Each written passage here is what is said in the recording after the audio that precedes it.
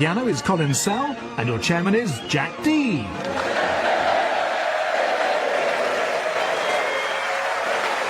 Hello and welcome to I'm Sorry I Haven't a Clue.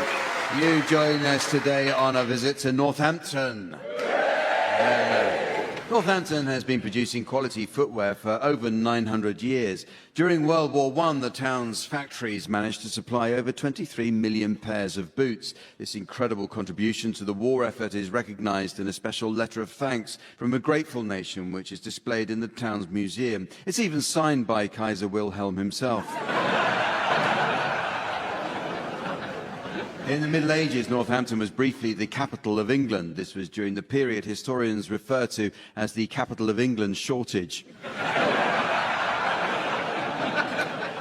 Britain's first ever car chase took place in Northampton in 1899 between conman Frederick John Phillips and Sergeant Hector MacLeod of the Northampton Constabulary in the very latest three-wheel, single-cylinder motor cars of the age. Official police reports reveal that Phillips set off from the centre of town towards the Weedon Road, only to be caught after a 6-hour chase 800 yards away.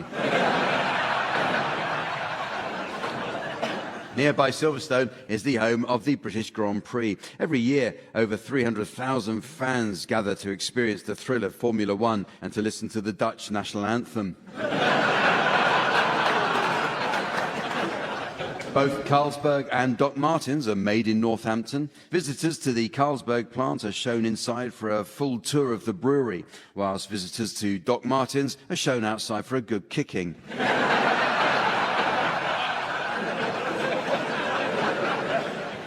Northamptonshire was used as the location for the film Les Miserables. And if you're wondering why Northamptonshire might be considered a suitable backdrop for the extreme privation of pre-revolutionary France, why not pop up here for a weekend?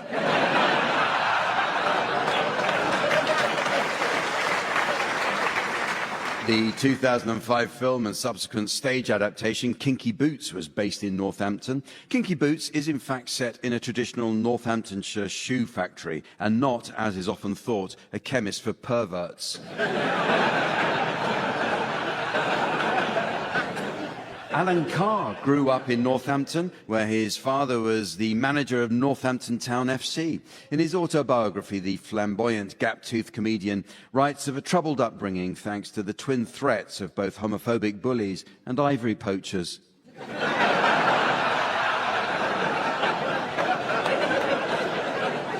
Sadly, Graham Carr's tenure as manager of Northampton Town was marked by little success and regular hospitalisations with chest infections thought to be caused by the inhalation of dust from the trophy cabinet. And talking of a series of unsuccessful seasons, let's meet the teams. They are, on my right, Rachel Paris and Milton Jones. On my left, Fred McCauley and Sandy Toksvig. And taking his place on the scoring desk next to me, please welcome our resident tree trunk in trunks, the immaculate Sven.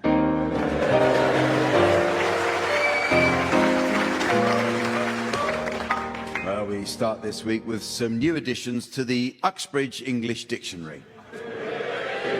A good English dictionary is essential for learning the subtle difference between words. For example, many people don't know the difference between the words conjunctivitis and gingivitis. Well, conjunctivitis is a common condition that causes redness and inflammation on the thin layer of tissues that covers the front of the eye, whereas gingivitis is an allergy to Ed Sheeran.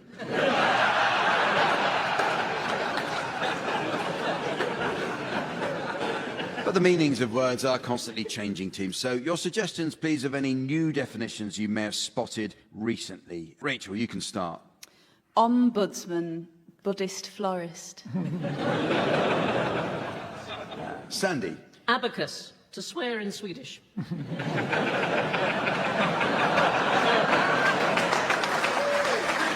Milton. Putin, chamber pot.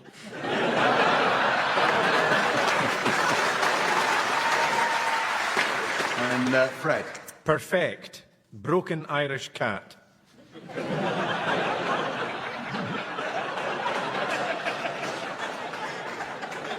Chichester, where you end up if you ask a taxi to take you to Chester on a cold day.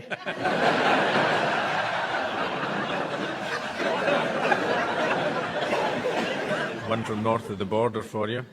Isle of Skye, why I've taken up flying lessons. Germinator, she was swallowed by a man from Stuttgart.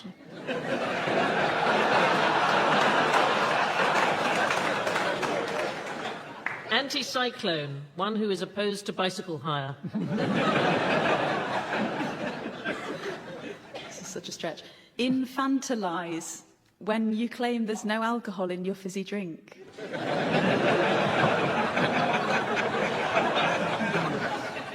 Daventry, where you send Davids you don't want to talk to anymore.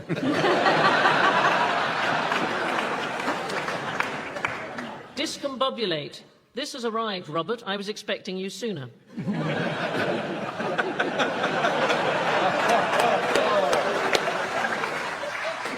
Tartar, second layer of asphalt. Articulate, what do you say to a frozen landmass that doesn't turn up on time?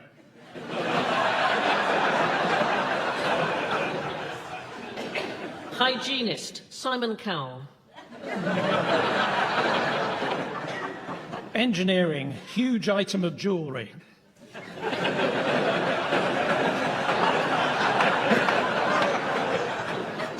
Nosebleed, understands first aid. Omit, Irish glove. Eclipse, device for holding electronic messages together. Pogenpol, German for it may look like a mortuary slab, but it's our kitchen and we like it. Integrity, doing whatever you want without any consequence or punishment.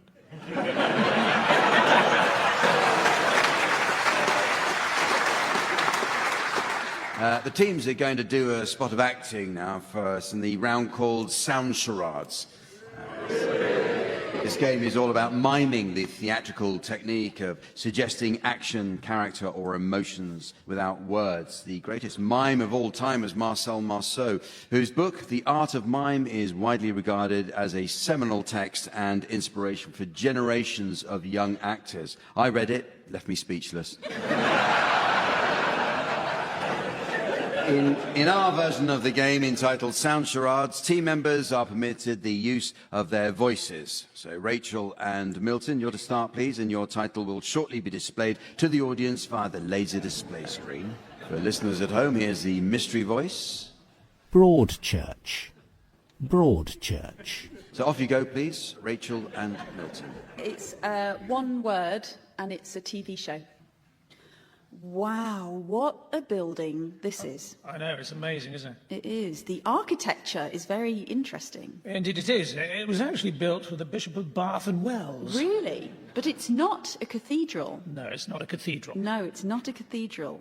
And it's not especially long, is it? No, not especially. But it is wide. Yes, it had to be wide. Any reason? It was the bishop. He moved diagonally.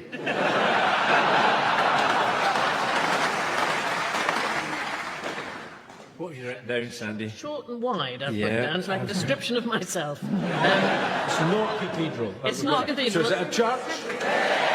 Church. Church. Something And it's like one word. church. One word like church. Church. Kirk. Short. Church. Oh, Broad Church. I'm genuinely delighted. Your turn, Sandy and Fred. Your title is now being exhibited on the laser display board, and here again is the mystery voice for listeners at home. Toy Story 2. Toy Story 2. So it's a film? It is, and it's 3 words. Oh, they grow up so fast, don't they? They do. Little Tarquin. Look at him now in his 3-piece suit and his monocle, smoking a pipe. He's a proper little conservative. What Have you put him down for Eton? Starting Wednesday. Oh, goodness. How old is he now? He is 3. Oh, bless him. And what's that he's playing with? Is it a dolly? No, it's his Jacob Rees-Mogg action figure. So even his plaything's a conservative. Yep. In fact, you could say Tarkin's a conservative and his... I see where you're going.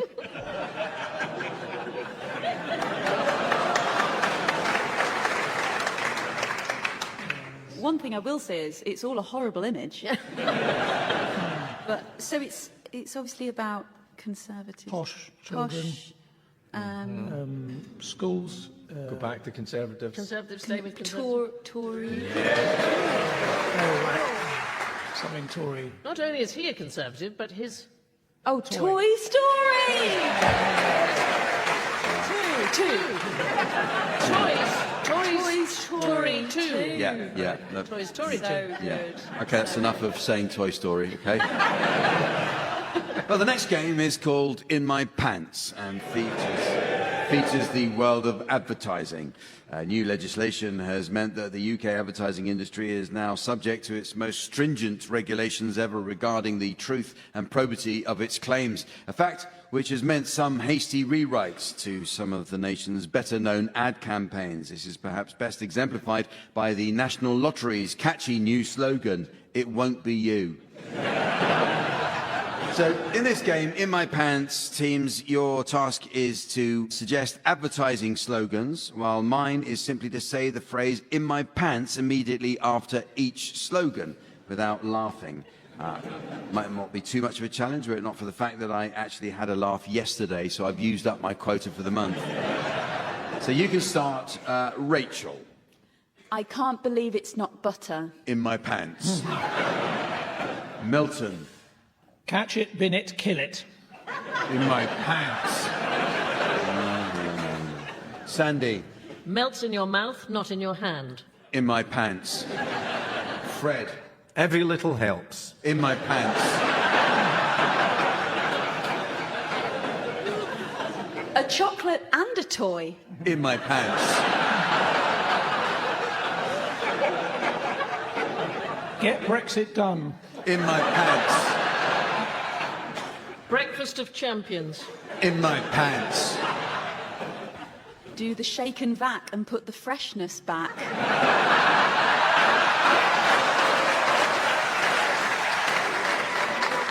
In my pants. Let your fingers do the walking. In my pants. You need the Polyfilla Crack Squad. In my pants. Think small. In my pants. Devon knows how they make it so creamy.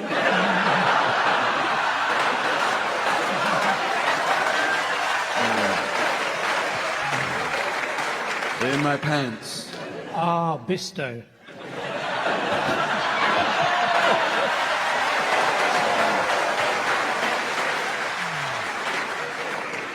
This is what it's come to. The next round is called What's the Question? A quiz format in the style of the BBC's own long-running series Mastermind. I've noticed there's even a celebrity version of the show which is posing some very hard questions. The most frequent being, who the hell is that? Okay, teams, I'll provide the answers to various questions and I'd like you to suggest what you think the original question would have been. Okay, so we'll start with you, Fred.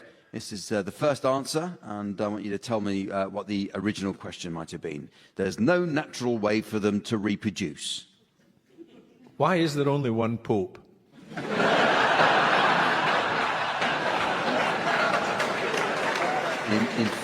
In fact, the original question was, what problem has the avocado plant suffered since the giant sloth went extinct 13,000 years ago?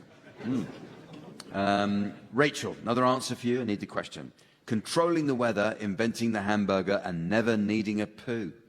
What is on my list of must-haves for a husband? According to his official biography, these were 3 of the achievements of former North Korean dictator Kim Jong-il. Is he single? Milton, here's one for you. Here's the answer. An anti-cheating helmet. During my A-levels, what was a stupid thing to wear over my cheating helmet?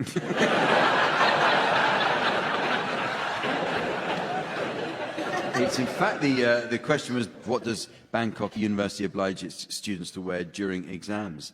And finally, Sandy, here's the answer. What's the question? They make the lips vibrate. Would you like to sit on one of these?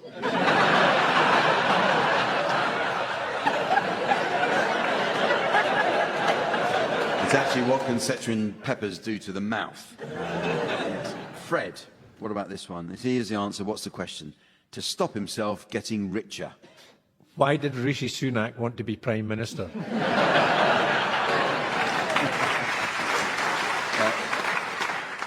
You're not very far from it, but it was why might Jeff Bezos spend £28 million a day? Jeff Bezos' net worth is so high that he'd have to spend £28 million a day to stop getting any richer. Jeez. Yeah. Poor guy.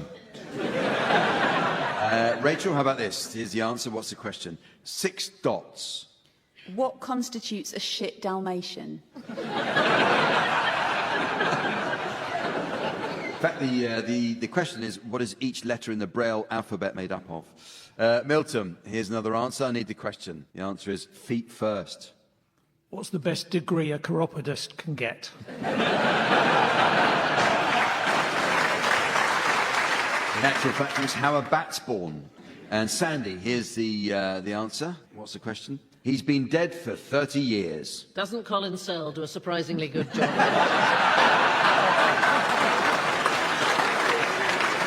Exactly. What were Japanese officials told by a party sent to visit the oldest man in Tokyo to wish him a happy 111th birthday? They found his mummified remains, and his family had been living off his pension money. Here's something for any of you to have a go at, right? Here's the answer. Need the question, please. No ears, eyes, nose, brain, or heart. What's the difference between vegetarian haggis and haggis?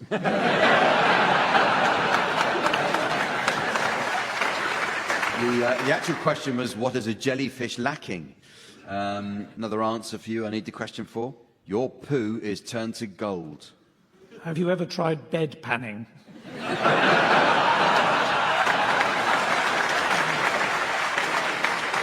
In fact, the question was, what do the advertisers say will happen if you buy and consume their special pills, which cost $425 online and contain 24-karat gold leaf? And the annoying thing is, you can't get your money back when it doesn't. Here's another for any of you to have a go at. Here's the answer. I want the question. Fear of cheese. What's an Emmental breakdown?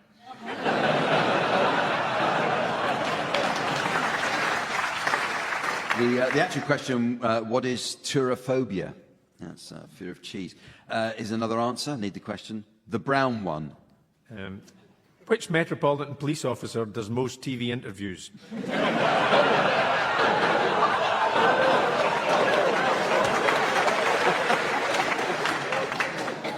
In fact, it was the question was, which type of bear did the polar bear evolve from 150,000 years ago?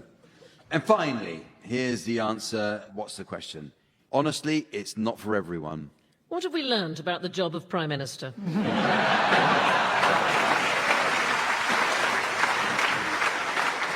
In fact, the question is, what is the official state slogan of Nebraska?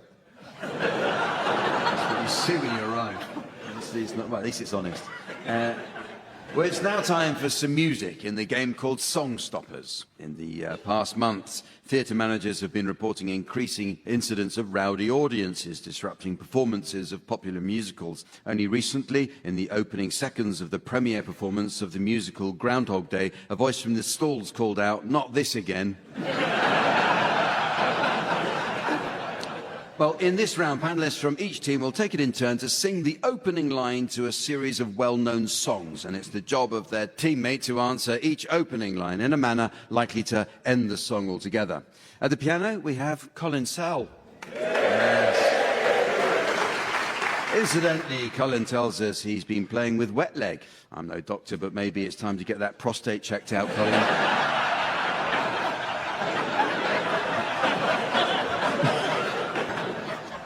You can go first, Milton and Rachel.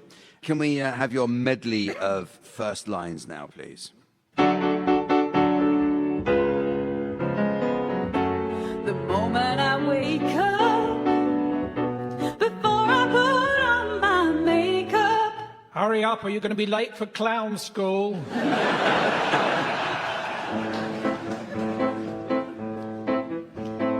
If you see me walking down the street and I start to cry each time we meet. Look, do you want to buy my onions or not?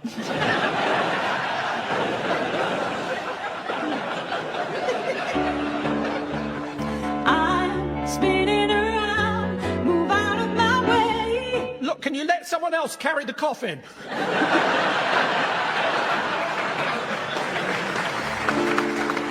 Birds flying high, you know how I feel. Speckled with feces. They've paved paradise and put up a parking lot. Good.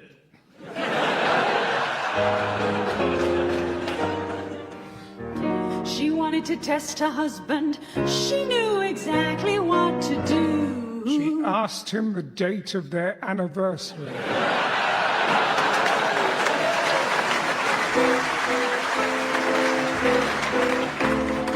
Neighbors, everybody needs good neighbors. Keep the bloody noise down, please.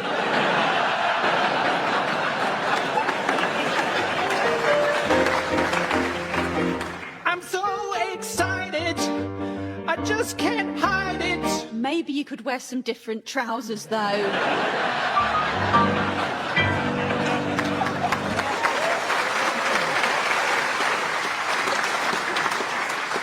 Well, it's your turn now, Fred and Sandy. Can we have your first line medley, please? I see trees of green, red roses too. And does this lens make it a little bit better or worse?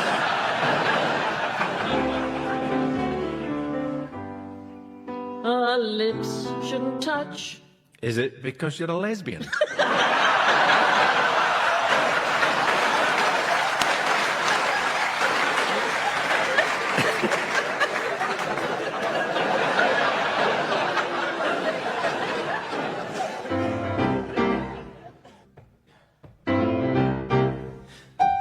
You put the boom boom into my heart. Yes, although the technical term is pacemaker.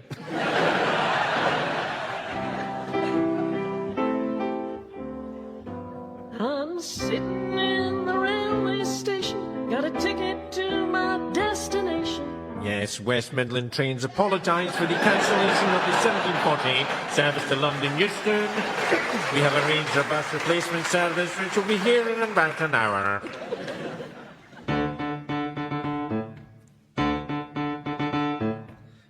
Doom ba-de, doom doom ba-be, doo doo boom ba-baby.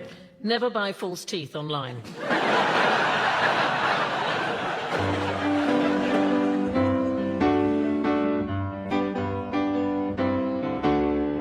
When you're alone and life is making you lonely. You're probably listening to Radio 4.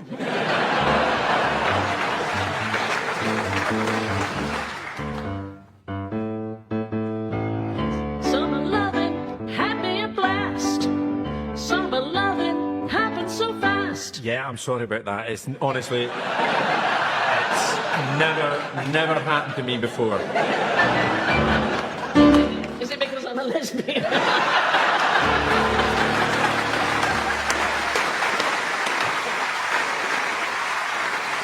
Well, it's very nearly the end of the show. There is just time to squeeze in a round called Builders Film Club. Yes. Sven is a huge fan of construction and has recently been renovating his roof.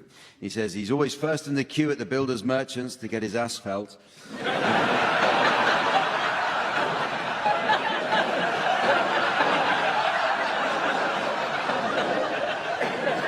And only the other day he was eagerly helping a group of concreters empty their load before laying the lot in his driveway. You can tell Mary Berry that's the last of her jokes I'm ever going to read out. not doing it anymore. Anyway, teams, in this round, I'd like you, please, to suggest the titles of films likely to appeal to builders. So you can start this one, Milton. The colour purple? Rachel. Schindler's Snagging List? Sandy. With Nail and I. Fred. Who framed Roger's attic? Brokeback, need ambulance. 28 days later than it should have been. A Tale of Two Brickies. Great Excavations. The cook, the thief, the wife, her lover, and that electrician who was supposed to be gone 3 weeks ago. Goodbye, Mr. Skips.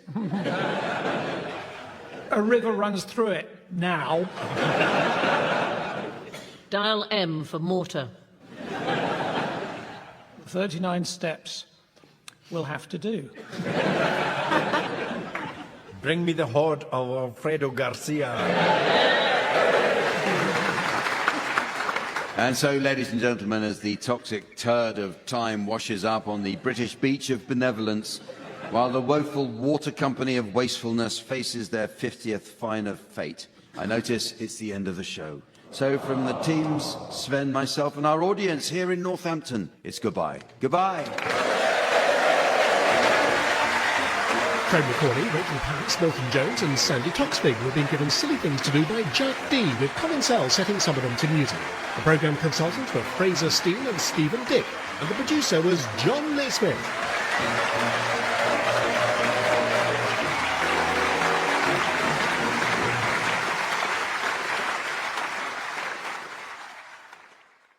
Colin Sell, and your chairman is Stephen Fry.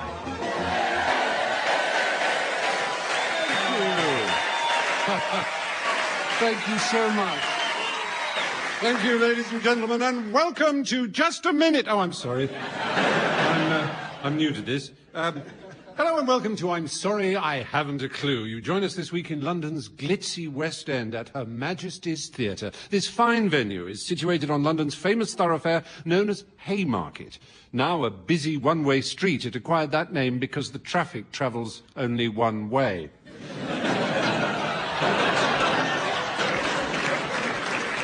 Close by here, of course, is Soho, home to London's French Quarter, which was visited by President Sarkozy during his recent stay in London. The French president was greeted at Waterloo Station and driven via Trafalgar Square. Began to suspect someone was trying to make a point as he sat down to lunch at the Surrender Monkey Bistro.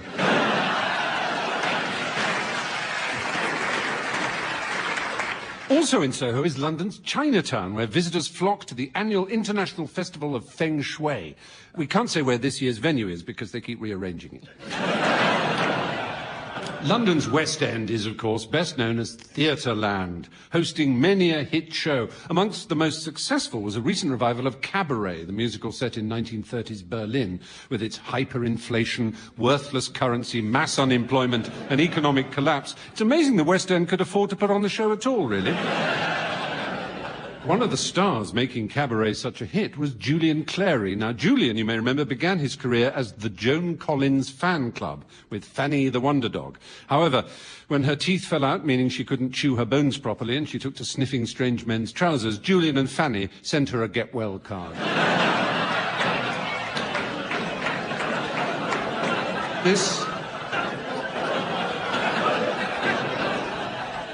This very theatre has played no small part in the West End's success with The Phantom of the Opera, which in a run of 23 years has unbelievably grossed more than £1.8 billion. And talking of unbelievably gross, let's meet the teams. On my left, Barry Brown, Graham Godwin. And on my right, Timber Taylor and Victoria Wood. Now, our regular scorer, Samantha, can't be here this week, but making a very welcome return, I'm very glad to say, I have on my left hand that Swedish sensation, the rippling Sven.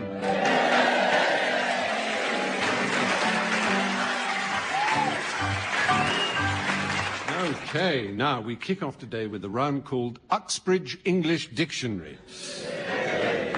The English language has a plethora of terms which appear to be interchangeable, but that isn't always the hold-all. There are many people who have no clear understanding, for example, of the important difference in definition between salt water and brine. Well, salt water means water containing a strong solution of salt, usually sodium chloride, although in chemistry labs it can be potassium chloride, whereas brine is how the Queen addresses the Prime Minister. However, meanings are constantly changing. So, teams, let's hear any new definitions you may have spotted recently. And, Tim, you can start. Aficionados, charity for orphan fish.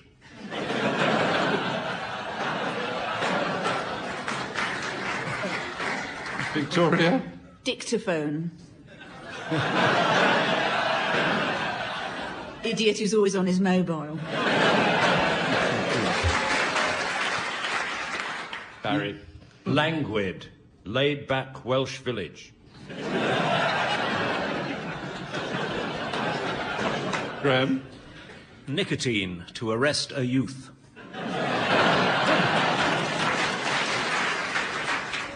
Farcical. Bike that makes you look stupid. Lackadaisical. A bicycle made for one.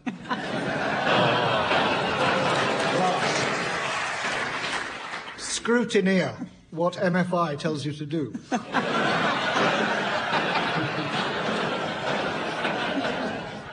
Serpentine. Fluid for getting paint off snakes.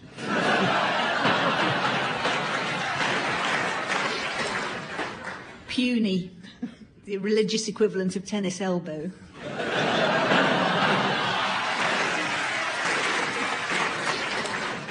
Chinchilla. Triple-decker ice cream cornet.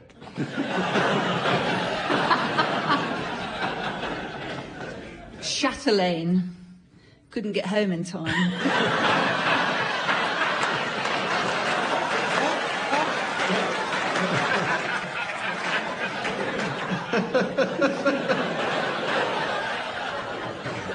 Well, we'll get all those words in the next edition of the Uxbridge English Dictionary. Thank you, teams. Now, you're going to sing along with a selection of well-known discs in the round called Pick Up Song. Now, our record researcher, Sven, this week visited the gramophone library earlier when he took the opportunity to ask the helpful old archivists if they'd care to donate something to the good cause of which he's a patron. Sven says they couldn't have been kinder, as a matter of fact, immediately pulling out some old rare 7 inches to put into his charitable body. And Sven is back now and poised over the turntable, ready to give those discs a spin. Now, you should sing along, teams, and continue when Sven turns the volume down. If, when the music returns, you're within a gnat's crotchet of the original, I'll be awarding points. What do points mean? Oh. You learn every day. This week's prize will ideally suit the sweet-toothed S&M enthusiast who's always in a hurry. It's this Bird's Instant Whip. So, Graham, I'd like you to start, please, and I'd like you to accompany Mungo Jerry singing In the Summertime.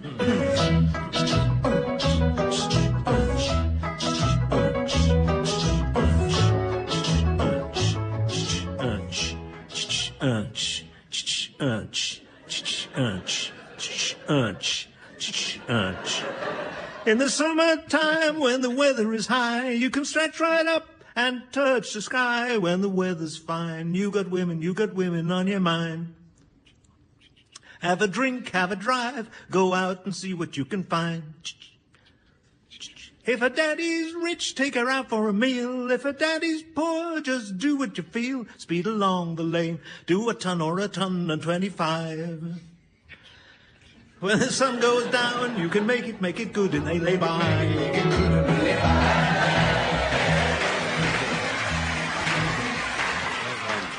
Now, your next, Barry, this should be interesting. I'd like you to accompany your younger self singing on a hit you had that I believe was in the top 10 in Finland. Number 1 in Finland. Number 1 in Yes. Finland?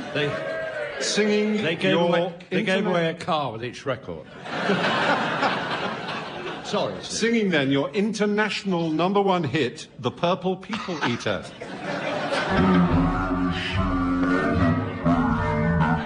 No, I don't think so. I think Sven must have been playing that at 33 instead of 45. We'll try again. Sven, come on. Sorry, Sven's only young. He didn't know they existed. It's a 78, Sven. Okay.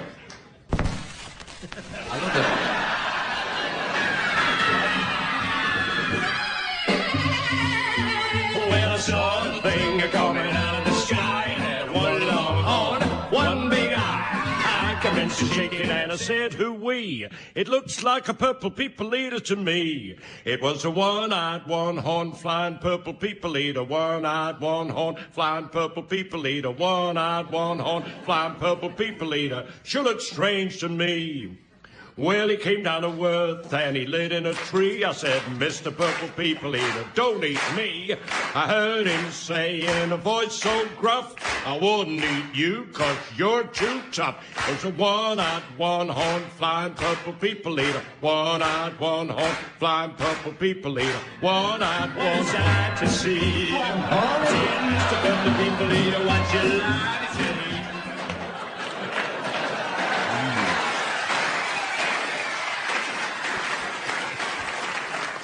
Were you quicker now or were you slower? Maybe the original you started playing was the original. Slow. Whatever happens, I'm never going to Finland. So, finally now, Tim and Victoria, a duet for you, if you would. It's Nicole Croisy and Francis Lay. You may remember them singing Un homme et une femme.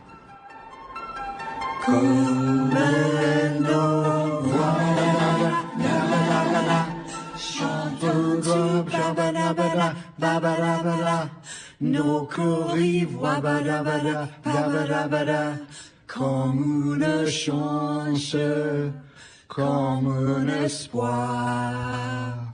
Combien de joie, bien de drames. Fantastique. Et voilà, c'est une longue histoire. Un homme, une femme. Oh, shame. That's 1, 2, a 2, 3.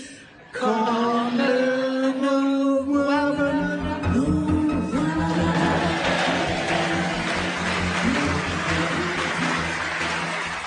That was wonderful. Very sexy. Sven wants you to know, Victoria, that you could turn him. Now, the teams are going to give full vent to their acting skills in the round called Sound Charades. This is played in homage to the erstwhile TV favourite Give Us a Clue. And that's homage as in the expression Ronnie Biggs, the great train homager. The original was a TV version, you may remember, of charades, with mimes conducted in total silence to an appreciative audience.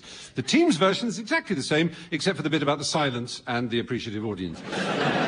The grand master of the game, of course, was Lionel Blair, who still holds, he still holds, you know this, the world record for a successful mime at just under 3 seconds. When given the hunt for Red October, he indicated second word sounds like and pointed to Timmy Mallet.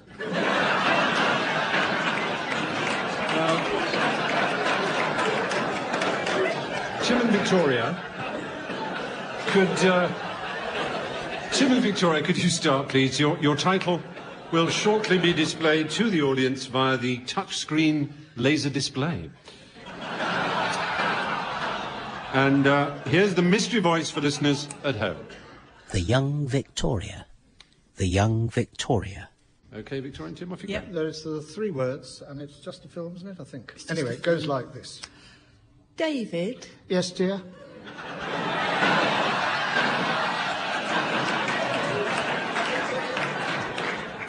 Does my bum look big in this nappy? The end. The end. It's a Posh and Beck's context. Yeah. Yes. To Helen Beck's. David? No. No, not David, but... Footballers' wives. No, it's not David. One's called David, the other one's not called David. He's called David, she isn't. Not... I can't help you much for... Goliath. I'm Goliath. Do the words not David or not Tim Chip. Is the first word the? Yeah. Is the second word young? No. Yes. Yes, it is, I was kidding. And is the third word not David? The young it. Victoria. All right. Well, you had to tease it out of them. Yeah. Right. Story of my life. Don't you just... So now, Barry and Graham, your title is now being exhibited on the haptic touch screen. And here once more is the mystery voice for listeners at home. Casualty. Casualty. Ooh. I saw a bit of could that. do Does that an matter? It's one word. Television, one word. Dougal. Here it is. Here it is. You'll have had your tea. Well, no, actually. No. Well, look here, just for once. Why don't you join me? I'm having a few friends over. Oh, for tea? Of course, for tea. Oh. Yeah.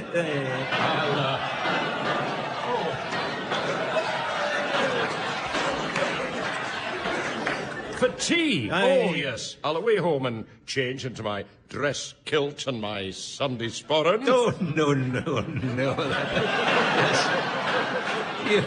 You just come as you are, man. Not even a top hat? No top hat. It's a very informal do. Oh, I'll be there. Good. That's it. Is it countdown? But what do we pick up from that? The people are coming... People are coming over, I think. Yes. And that it's perhaps a casual affair. So it could be Don't know. No. Stop playing with us. You know you say love that. it. No, is it Casanova, which is suggested? No. Oh, stop it. Very close. You've got it. What? No, I haven't. I saw the first three letters, that's all. What were they? CAS. There's a confession. You said one of the words that is the first three Yes, syllables. exactly. Oh, you're playing with us. I don't know what you're talking about. The coming over. Coming over. For over. Is it formal? It's casual. Casual? Casual tea. Casual.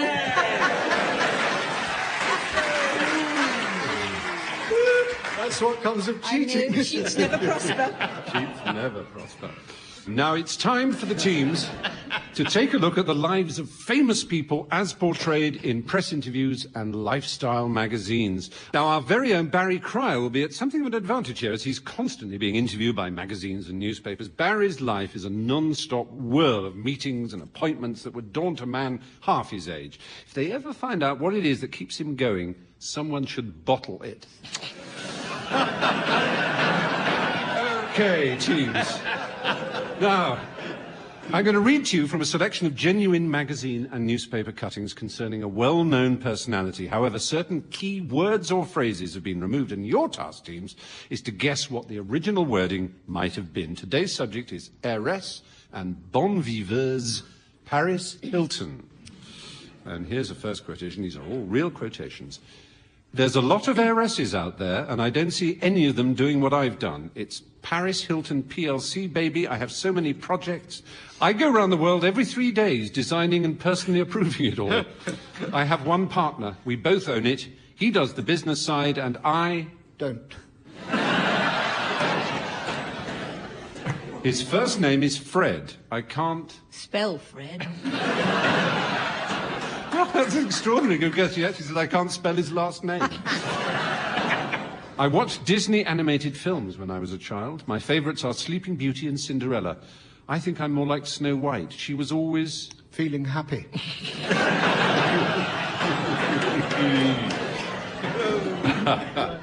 I just like to go out and have fun with my friends. I'm an Aquarius. We're...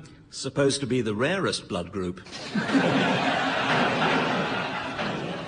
social people. I don't have sex unless I'm... awake.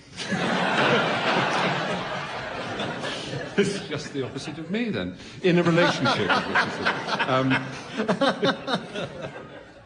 The best thing I've ever bought with money is my house. I call it my... house. My Paris palace. In my last movie, I worked with this incredible acting coach. We literally were working for like 6 hours a day for 3 weeks before we started... Janet and John, book 1.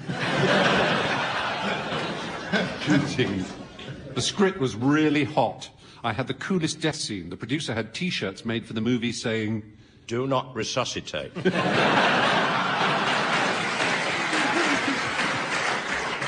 See Paris die, whatever, is what she said. We were going to release my first single in Europe first and test out the song. But within 30 seconds, it was playing on the radio stations. It's infectious, and people are saying... They'd rather have measles. I like cry when I listen to it. It's so... So...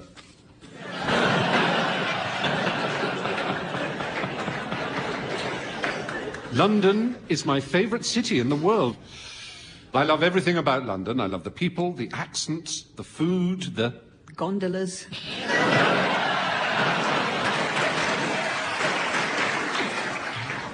I haven't seen much British TV because I'm always out partying, but I've seen a bit of EastEnders. It looks like... Chekhov to me. It looks like it's set in 1988, she said rather rudely. If I couldn't act, sing, model, or design, I'd... find something else I couldn't do. Work in a pet store is her offering. And finally, I'd love to have children in the next 2 years. I'd like 3 or 4. I'll name my first girl...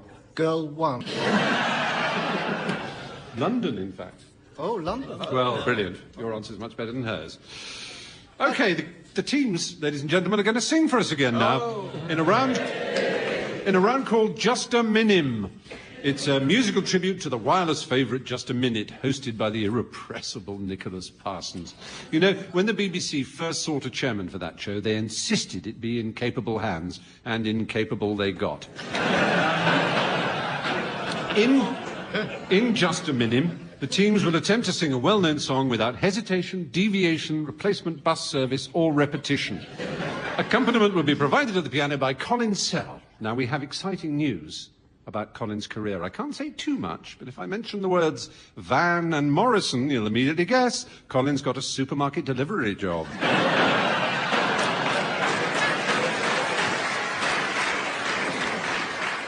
Now, the song I'd like you to sing without repetition, hesitation, or deviation is Hound Dog. Barry, you can start. You ain't nothing but a hound dog, crying all the time. You are as naught, a mere cur. You ain't... Who buzzed That was me. Oh, well done. Because he just stopped. He did stop, didn't he? All right, Victoria, it's yours. And there's, From where he... Whence? Yeah. You ain't never caught a rabbit. You ain't never caught a rabbit. Okay. Have you never You caught a ain't rabbit? never caught a rabbit. Ooh, Joyce Grenfell. Lovely rabbit. Sorry. Well, they can make you go. Right. You ain't never caught a rabbit, and you ain't no friend of mine. When they said you was high class, well, that was just a lie. They told me you were not common, and that wasn't strictly true. You haven't cracked any bunnies. Oh, there was said, was repeated, Oh. said. There was a repetition. He said Yes. harsh, but within the rules. Yeah. Barry? I'm sorry. Oh, Not a popular challenge. that was a Clement Freud memorial interruption.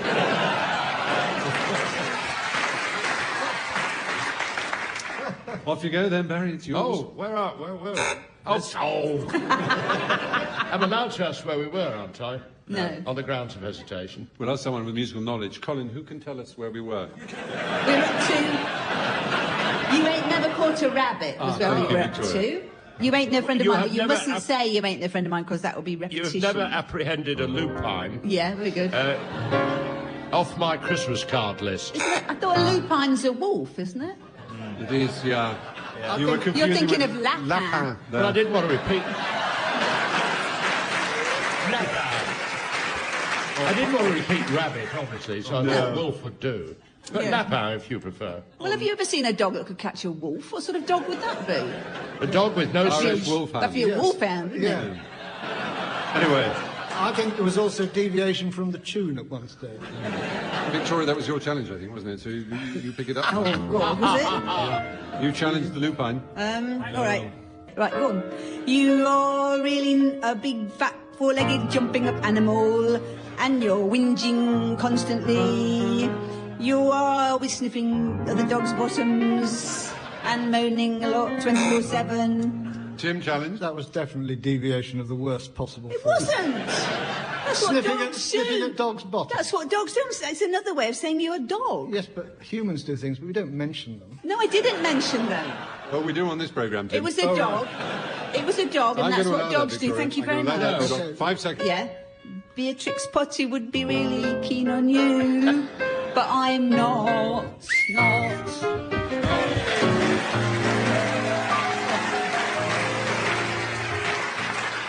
Well, Sven blew then, so I wasn't sure what was going on, because there was a so I think Victoria won. Thank Good. It's very nearly the end of the show, but there is just time to fit in a round of Builders Radio Times. In fact, Sven has to nip off to make sandwiches now for some builders that he has working at his house. No matter how many times they ask for cheese and gourmet chutney, he always palms them off with relish. So, while he's away enjoying that, I'll ask the teams to suggest TV and radio programmes listed in an edition of the Radio Times compiled especially for members of the building trade. You can start this one, Victoria. The Hod Couple. Tim. Start the week midweek. DIY and Pasco. The Bill. That's very popular. I can't believe that's my gutter. It ain't dry rot, Mum. Oh, bother, where art thou? Plastermind. I know what you didn't do last summer.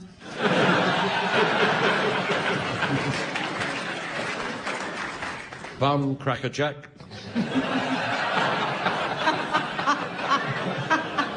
Pencil. The #1 shady defective agency. Casual tea with 4 sugars. And the late night movie, Bring Me the Hod of Alfredo Well, ladies and gentlemen, well, as the bull of time wrecks the china shop of destiny, and the china shop owner decides he should probably have got a cat, it's the end of the show. So, from the teams, from Sven, myself, and the good people here at Her Majesty's Theatre, it's goodbye, goodbye. Barry Cryer, Graham Garden, Tim Brooke-Taylor and Victoria Wood were being given silly things to do by Stephen Fry, with Colin Sell setting some of them to music. The programme consultant was Ian Pattinson, and the producer was John Naismith.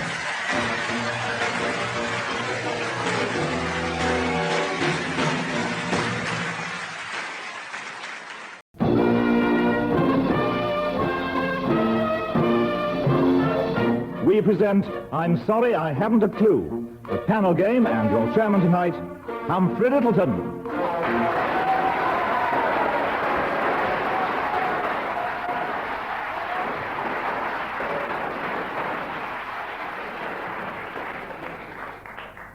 Hello.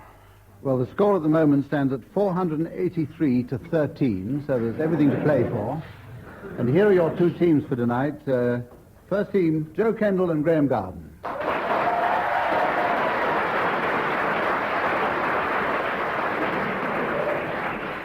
And opposing them, John Cleese and Tim Brooke-Taylor.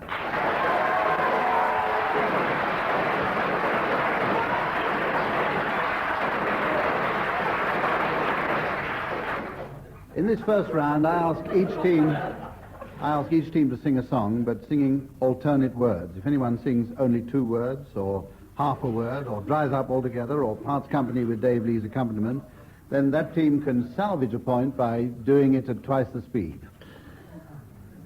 Joe and Graham, your song, please, is When I'm 64. When I get older, losing my hair, many years from now, will you still be sending me a Valentine? Birthday greetings, bottle of wine. If I'd been out till 2:45, would you lock the door? Will you still need me? Will you still need me? When I'm 64.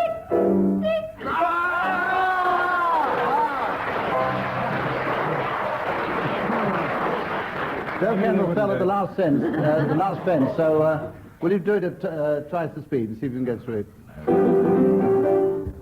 When I get older, losing my hair, many years from now, will you still be sending me a Valentine? Greetings, bottle of wine.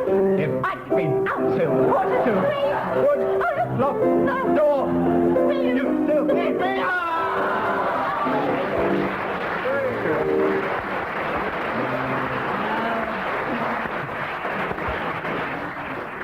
That was pretty good. 3 out of a possible 2. Now, Tim's on. Your song is Rudolph the Red-Nosed Reindeer. Rudolph the... Hey, that's a bit nice. It's been an objection. Oh, well, come on. Rudolph the red-nosed reindeer had a very shiny nose, and if you ever saw it, you would soon let it play. All of the other reindeer used to laugh and call him names. They never let poor Rudolph join in any reindeer games. Then one foggy Christmas Eve, Santa came to say, Rudolph, with your nose so bright, I want you to guide my sleigh tonight. Then on the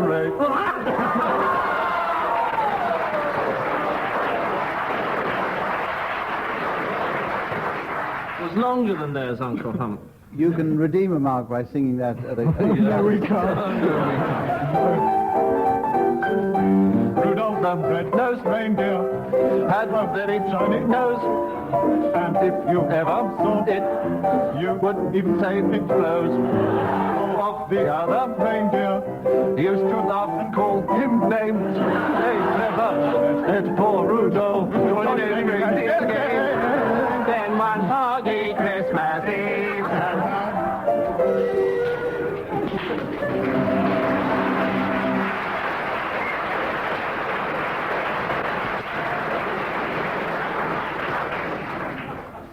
Two marks for that version, making the score 3-2 at the moment. Later on in the program, towards the very end of the program, I'm going to ask the teams to announce people with silly names to a particular function, and to give the players time to think them up, I'll leave it until right to the end of the program before I ask for their silly names, but they are going to have to announce the late arrivals at the Stage, Screen and Radio Ball. Now we have the round word for word. I'm going to give each team a word, and they must immediately come up with another word which has nothing whatever to do with the word I gave them. The other team can challenge and try to prove a connection. We're going to start with John and Tim, and your word to start off with is jumper. Bat. Cucumber. Strength. Antediluvian. Banana. Crochet. Stoat. Umbrella. Hair. Toenail. Boot. Graham's challenge. What's your challenge, Graham? Well, I think hairs and toenails are really connected, aren't they? Oh, they're not connected, anyway. Well, you'd be surprised. Well, yes, I'll allow that one. Ooh. On the grounds that rhinoceroses' toenails are made of hair, I'm told. Yes? Yes. Absolutely true. Every word. Any queries from listeners should be directed to the living world. Graham, start off with bracket. Hexagon. Challenge from John. Geometric terms. Quite, exactly. 2 points. And the next. Now, one to Graham there, because it's not a right. geometric. Bracket's an architectural term. Well, algebraic.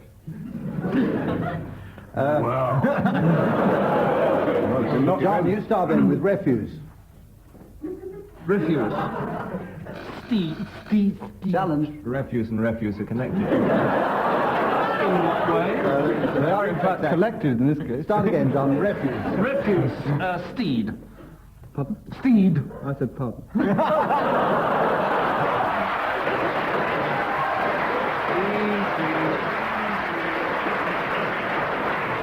Adiadocokinetic.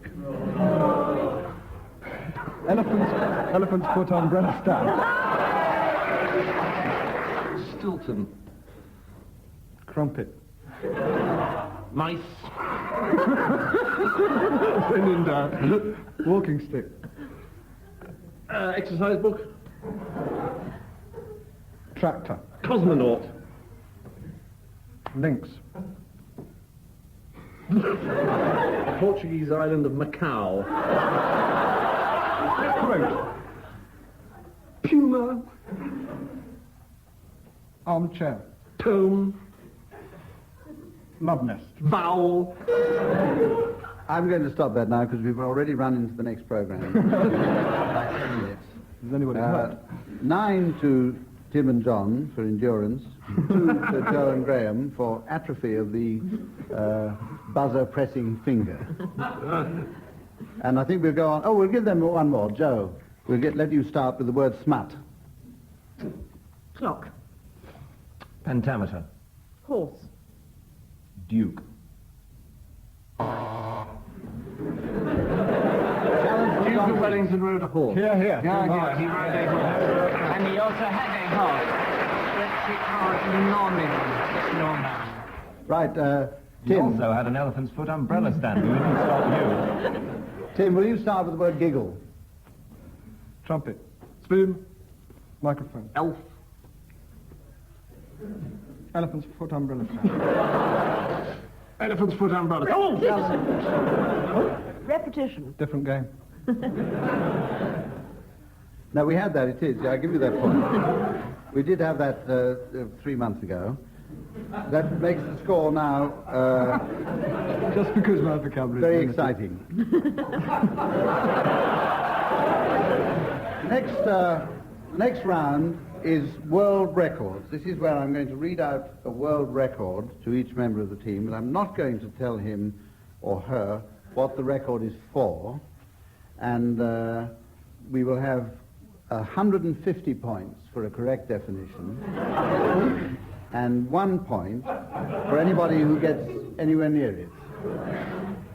Tim, yours is the first world record, and it is 366 halfpennies, 26 sixpences, 17 threepences, 11 pennies, 4 shillings, total 424 coins, and the value £1.17 and 5 in the old money. It's a relief. I thought you were going to ask me to add them up. I'll come back to that later. Yes, I know that one, actually. Yeah. Can I answer it if I know it, actually? Yes, yes. Ah, pity I said that. It's in fact, sounding like Cluffy now, yes, you know the astronauts on the moon? Not personally. Not personally. Well, and then I can tell you all about it. Speaking down to Houston, you have that beep. Well, that in fact are the pips on the telephone, and those are the coins they have to put in the telephone. When the pips go.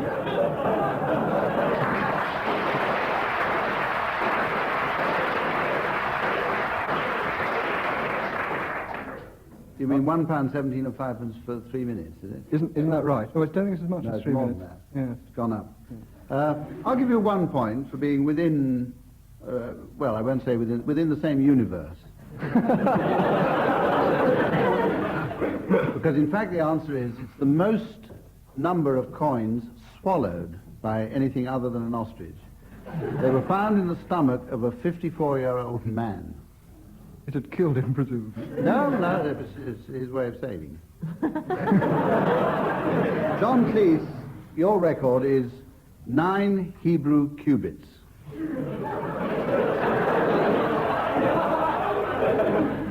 Well, a cubit, as far as I was, 4.5 inches, and 9 3s are 36, so 30 is 40 and a half, 40 and a half inches.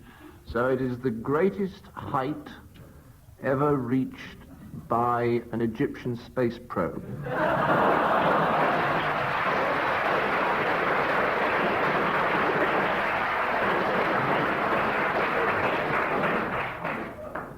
Well, actually, you're not in the same universe, but I'll give you a mark for that for ingenuity.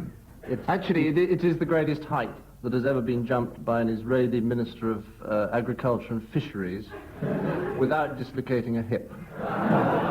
It was. Yes, you get an extra mark. Sorry, last night. Yes, it has been broken. You get an additional mark for that because I'm assuming that he jumped Og, the king of Bashan and Gilead. Right. Because 9 Hebrew cubits is the height, or was the height, of Og, the king of Bashan and Gilead. Dead right. Who is said to be the tallest recorded man, although it's computed on the flimsiest of evidence. It's based on the length of his arm bedstead. What did he record? Because I didn't know he was... on the length of his what? Based on the length of his arm bedstead. Oh, yeah. But for all I know... It's wonderful what you can pick up just sitting in the car with the radio on. Yes, exactly. For all I know, he and his wife may have liked to sleep sort of head to foot, so to speak. So I don't think it's a very good answer, that. But still, you get your 2 marks for that. Graham, time. Your record is 160 million times from June 1948 to June 1956. Total of 8 years. 160 million times in 8 years.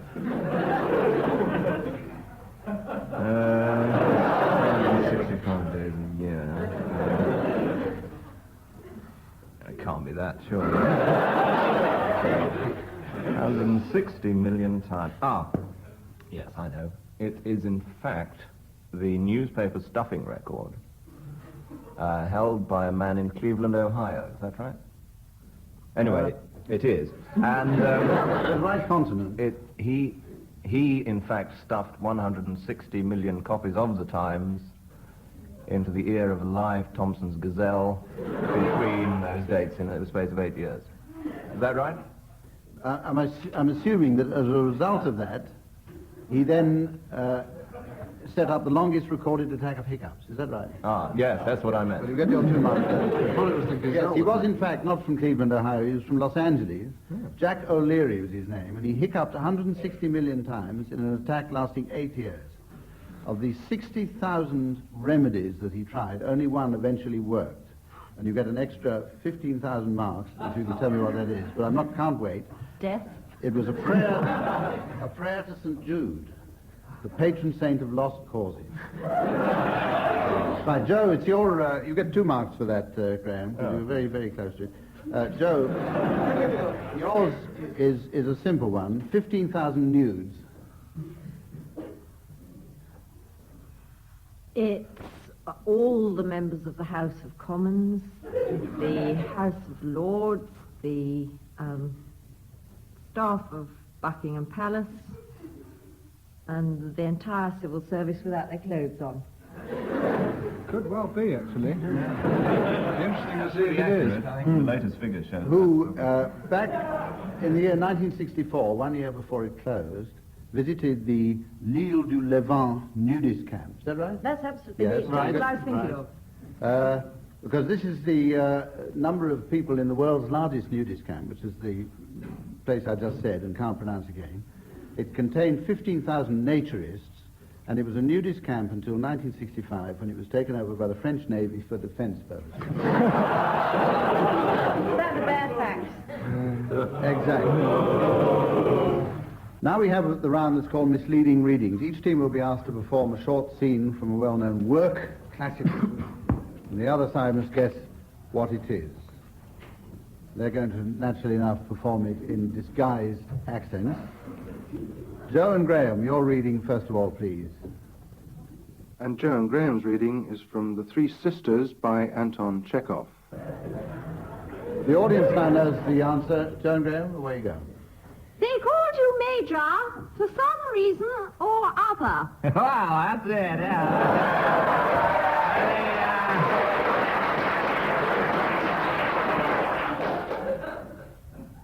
That's the reading. Would you like a little more? No, thank you. No, that's Well, you're getting it. The lovesick Major, that's what they call him, eh? In those days, you only had a moustache. Oh dear, how much older you look. How much older? Yeah, well, I was still a young man in those days when they called me the lovesick Major. I was in love with it. Different now, though. But you haven't got a single grey hair. You've aged, yes, but you're certainly not an old man. Nevertheless, I've turned 42, eh? Is it long since you left Moscow? That's a clue. 11 years. What was the street you lived in? In the Staraya Basmalaya. How funny, we did too. Get away. That's the end, is it? Yeah, you're telling me. We have a clue there. I think this is probably one of the earlier pieces by Stolnikoyev or possibly Razmonnikov. What do you think? Yes, first time at Wembley. Yes. I think he's going to be the sweeper up, and I think Chekhov's probably going to be one of the strikers. I should think so, yes. I think put him down the middle and... A little more attack, I think, is required on the side. Yes. We reckon it's Russian.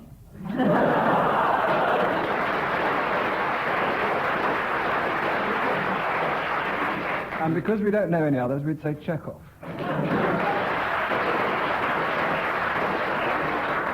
Now we're pushed. It's not, as John says, seagulls over Sorrento. No. I'll give you a clue to the extent that I thought it was by Louisa M. Alcott. Louisa M. Alcott. Little cherry orchards.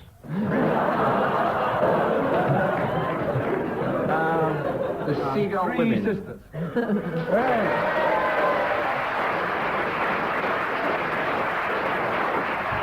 Again, after a bit of help, so you get 2 marks for that. And will you, Tim and John, give your reading now for Joe and Graham? Which is, of course, from William Shakespeare's Henry V. Put off your maiden blushes about the thoughts of your heart with the looks of an empress. I am fine. That is as it shall please the roi, mon père.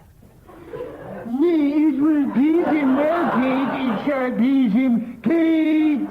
Then it shall as I content me. Upon that I kiss your handing and call you my queen. Laissez, monseigneur, laissez, ma foi, je ne veux point, my boring you at all. Que veut abaisser le mandine de votre seigneurie. No way to get into the club market in excusez-moi, je veux supplie mon très puissant seigneur. Madame, my interpreter, what says she?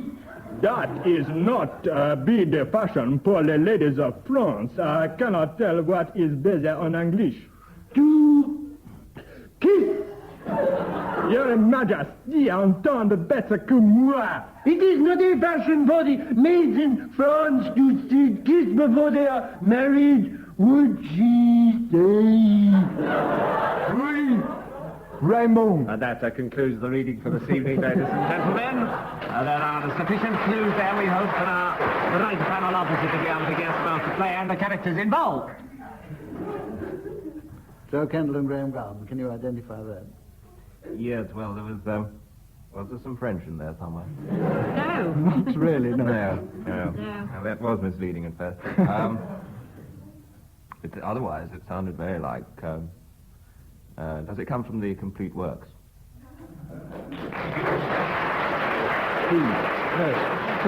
Whose complete works? Whose? Things. Thing, you know, Things. the Shakespeare one. Oh, the Shakespeare, no. Yes, it does. Yes, it does. Yes, William. William. It's his brother, William. William Shakespeare. Yes. Shakespeare Brothers. Now there's a clue, because they only wrote one play, the Shakespeare Brothers. It's a historical play, and it's one of the 5 Henrys in it. One of the 8 Henrys. Make up your mind. Which? One of the 5th 5, of one the of the 8th. 8. Fifth of the 8th, fair enough. Henry the 5/8.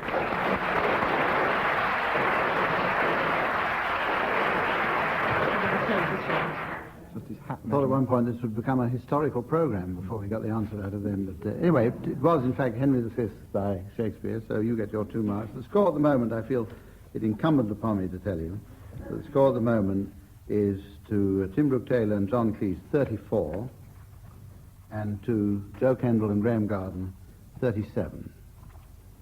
So it's really become jolly tense. This next round is called tag wrestling. I'm going to give each team the tagline of a story or anecdote. I shall start off with one team who must tell a story ending in their tag, but when I press the buzzer, the story passes to the other side, who must work towards their finishing line too. If you have any idea at the moment about how this round is going to work, you're way ahead of me. The winning team is the one who reaches their tagline first. So we'll start with Graham and Joe, and your tag is as follows. Goodness, said the cook, whatever is Roger doing hanging upside down in my nightie from the clock tower of Kuala Lumpur Town Hall?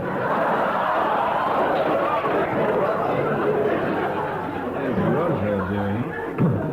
Hanging upside down. And John and Tim, you realize this means war, said the Archbishop, taking off his wooden leg and handing it to the first violinist.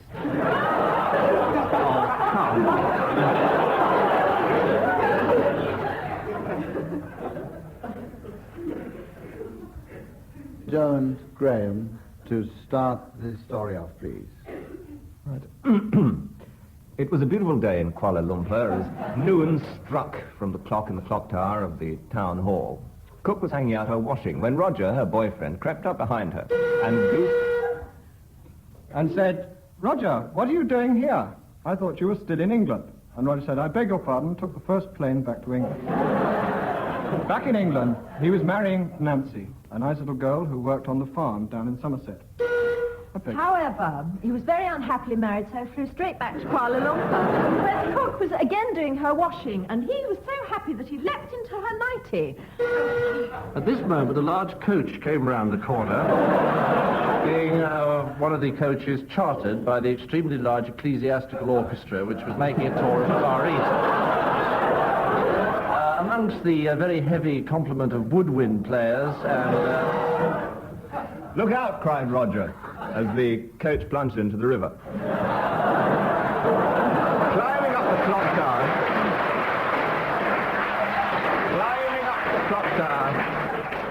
still in the nightie, he rapidly approached Cook once again, but unbeknownst to her, he slipped on a bar of soap. Oh. Just in time to avoid the second bus load. Orchestra, drove up. Out leapt the Archbishop, wooden leg in hand. But Roger ignored him, and as he was a campanologist, he climbed back up the clock tower in order to ring the bell.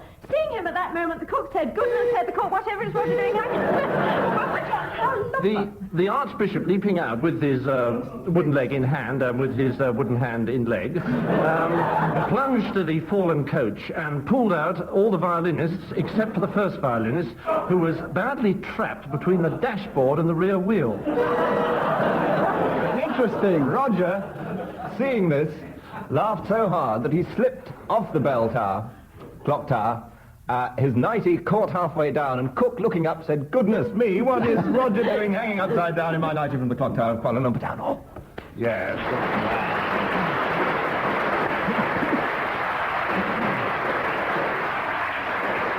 I'll give that to... merciful, if nothing. Graham and Joe, because they got very, very close to it on 2 occasions. Now, the time has come for me to ask the teams to announce their late arrivals. Let me remind you, these are the late arrivals at the Stage, Screen and Radio Ball. Mr. and Mrs. Pardon? Starring Glenda Jackson. And their daughter, Elizabeth, starring Glenda Jackson. Mr. and Mrs. Earth Island Disc, introduced as usual by Roy Plumley. And their son, Des Earth Island Disc. Mr. and Mrs. Otterswold and their son, Tom. Lord and Lady Box Jury and their son, Duke Box Jury. An elderly gentleman. Mr. and Mrs. Roundabout. And their daughter, Madge. Roundabout. How about the intellectuals, Mr. and Mrs. Loaded. Snee, and their daughter, Claire Snee. Yes, the intellectuals tonight. Very French. Rather short on intellectuals. Who's turn? Mr. and Mrs. Cording Studio and their son, Rick. At this point, I'm going to tell you that the score is absolutely level pegging, with Joe and Graham at 77 and Tim and John at 84. So unless there are any further arrivals... Mr. David Jacobs and his good friend Annie, questions. Mr. and Mrs. Abita and their son Alf. The time has really come to say that that's the end of this edition of I'm Sorry, I Haven't a Clue. And it's our thanks to the contesting teams, Joe Kendall and Graham Garden.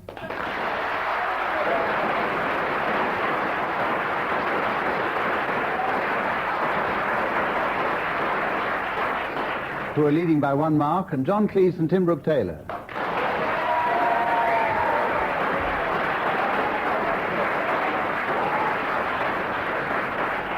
Who are leading by 3 marks. Dave Lee at the piano. And for me, goodbye.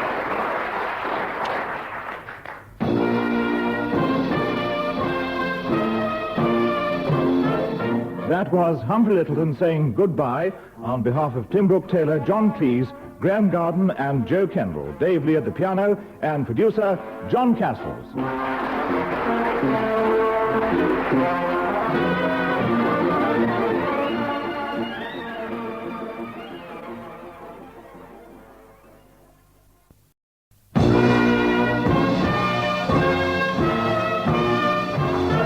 We present I'm Sorry I Haven't a Clue, and your chairman tonight, Barry Cryer.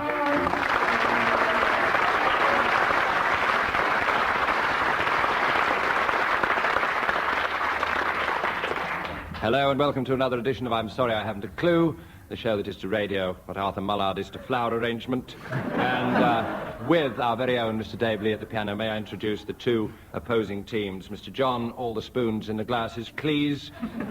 Graham are my seamed straight garden, and opposite to them, Bill, I can't quite put my finger on it, Oddie.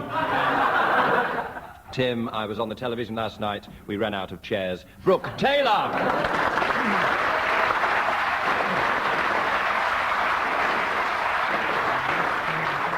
Let us plunge headlong into the first round, gentlemen. The first round is our singing musical, not that those are necessarily relevant, singing relay. In this round, one of the players of each team starts off a song, and he and his partner must sing a duet, but each singing alternate words. Any player who falters or messes up our game is declared soppy, and several points go to the other side. I think we'll start picking up the lyrics. Let's start with John and Graham. The song in question is Roses of Picardy. We have to do this, don't we? Roses are shining in Picardy, in the hush of the silver dew. Roses are flowering in Picardy, but there's never a rose like you. And the roses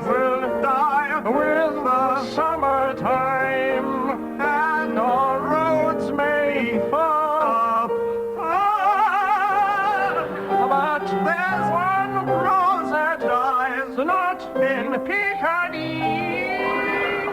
'Tis a rose that I keep in my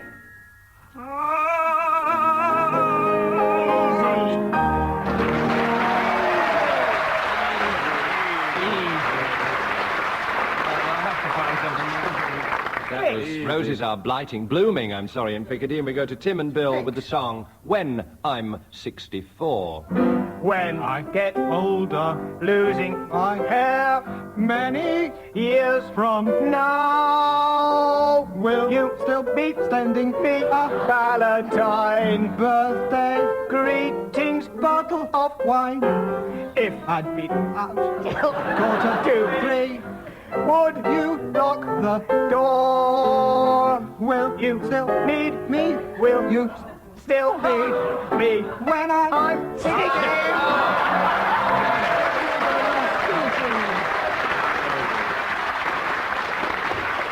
Tim and Bill, a few mistakes, but a harder song. 2-2. Yeah. 2-2 to that. Now, this is where I set up something for later in the programme.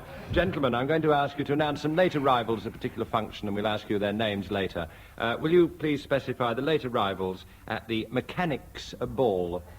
The Mechanics Ball, gentlemen. Later in the programme, we shall return. We move to our first session of tag wrestling in this programme, ladies and gentlemen. Tag meaning a tagline, the end line of a story. I'm going to give each team the tagline of a story or anecdote, and I shall start with one team who must tell a story ending in that tag. When I press my buzzer, the story passes to the other side, who must work towards their finishing line. The winning team is the one who reaches the tagline first. Tim and Bill, would you construct a story that finishes, because we were driving on the right-hand side of the road, we couldn't see that the elephant had deflated. Whilst we were driving on the right-hand side of the road, we couldn't see that the elephant had deflated. John and Graham. Mamma mia, shouted Macpherson. Whipped off his gas mask and revealed he was not the ice cream man he claimed to be. So it's Tim and Bill with because we were driving on the right-hand side of the road, we couldn't see the elephant had deflated. John and Graham, Mamma mia, shouted Macpherson, whipped off his gas mask and revealed he was not the ice cream man he claimed to be. We will start with Graham Garden. See who's at the door, dear, said Mother. It's Mr. Macpherson, the ice cream man. I replied. Tim. Come in, Mr. Oh, it's not you. It's the AA man with our route map for France. Thank you very much. We can set straight off. And over the channel we went, and there we were, driving on the right-hand side. John. In France, we're not encountering any problems whatsoever, it being a country notoriously absent so far as elephants are concerned. Bill. And so we continued on down to Africa. French equatorial Africa, where, of course, they all... Graham. Well, by chance, our motor car broke down, but luckily we got a lift home on Mr. Macpherson's ice cream van. Tim. A notoriously unreliable vehicle. 100 yards we got. Just at that moment, around the corner came a wild elephant. Nothing came round the corner, John. Nothing came round the corner. Macpherson nipped off, mended the tyre, and returned resolutely on the left-hand side of the road, dodging all the traffic coming straight at him. Bill. And drove straight back to England, where he was surprised to find a policeman waiting at the door. He said, I have to charge you with driving on the wrong side of the road. Graham. Take us there, Paul. Nonsense, said Macpherson, denying it.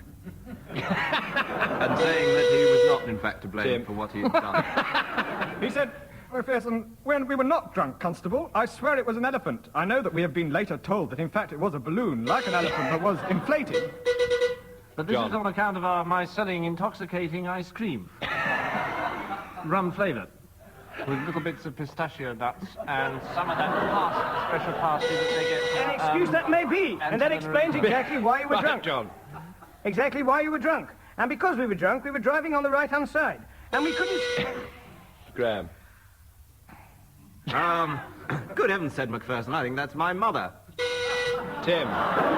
No, said his wife, it's an inflatable elephant. Constable. Admitting that they were practically indistinguishable, the elephant deflated, thus making it practically impossible for it to be deflated again. The elephant deflated, but unfortunately we couldn't see that the elephant deflated because we were driving on the right-hand side of the road. And therefore we couldn't see that the elephant had deflated.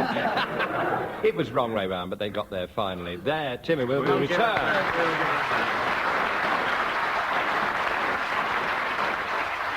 It was a gat rather than a tag at that moment, but we will return to tag wrestling in a moment, and we in fact move to our next round, which is limericks. Limerick time. I'm going to give each team the first line of a limerick, which they must complete by each team member taking alternate lines. Marks will be given for cleanliness, and 1 mark will be deducted for each solicitor's letter received. Let's start with Tim and Bill. Tim and Bill. There was an old man with a stutter. There was an old man with a stutter. Are you ready? Are you ready? Yes, With yes. a stutter. Who massaged his larynx with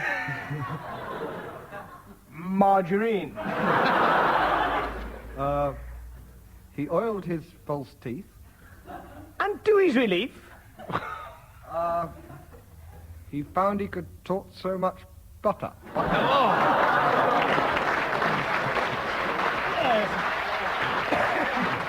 We go to John and Graham, who are going to tell us about there was a young fellow from Troon.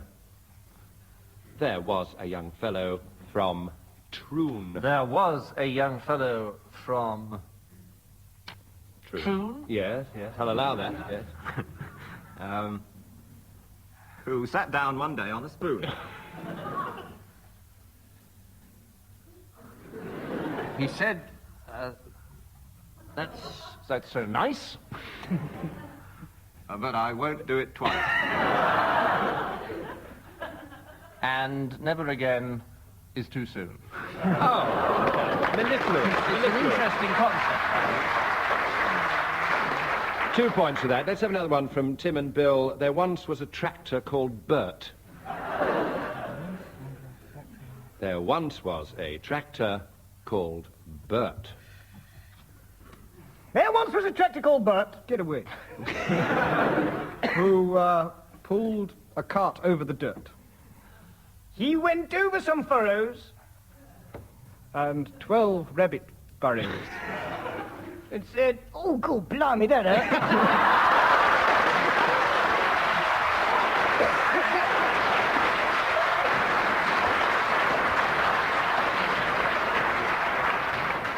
Magnificent, said he impartially. 3 points. But John and Graham, a chance to hit back with, there was a young lady so coy. There was a young lady so coy. There was a young lady so coy that she'd never been out with a boy. So she... Caution, Graham. Good evening, officer. We've got some visitors in the studio. Do sit down. Go on, Graham. So she hid in a sack And lay on her back.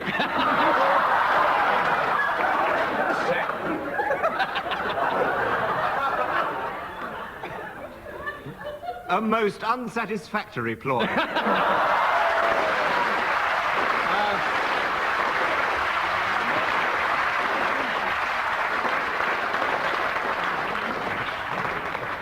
Now, the next round is called I Want to Be Brian Ricks, or Word for Word. I'm going to give each team a word, and they must immediately come up with another word which has nothing whatsoever to do with the word I gave them. The other team can challenge and try and establish a connection. I'll start with John Cleese, and I'll give him the word cassock. Elf. Botanical. Spoon. Runcible. Interruption by Bill and Tim. 2 fingers above the I'll single get thought. away with that. Runcible spoon? Never heard of it. Runcible spoon. It's a vague, tenuous connection. I'm going to allow that. I'm going to give a point to Tim and Bill. And let's leap to Tim with the word bollard. Joke.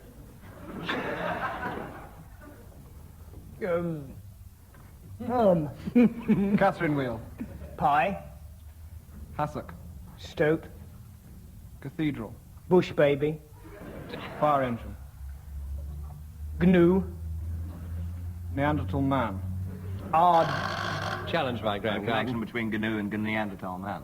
And the spelling. Not allowing that. No. That's 2 points to Tim and Bill for silliness. And now, Graham, here's another punishment. Your word, crypt. Artichoke. Polyandry. Muscle. Adidocokinetic. Epoxy resin. Salt. Interruption by Bilotti. It's maybe an old wives' tale, but I was always told that if you do have epoxy resin, salt is a very good remedy. I'd heard that, An old Bill. wives' tale and you get no mark. No. I'd heard that too, Bill. Bill and I shared the same old wife for quite some time.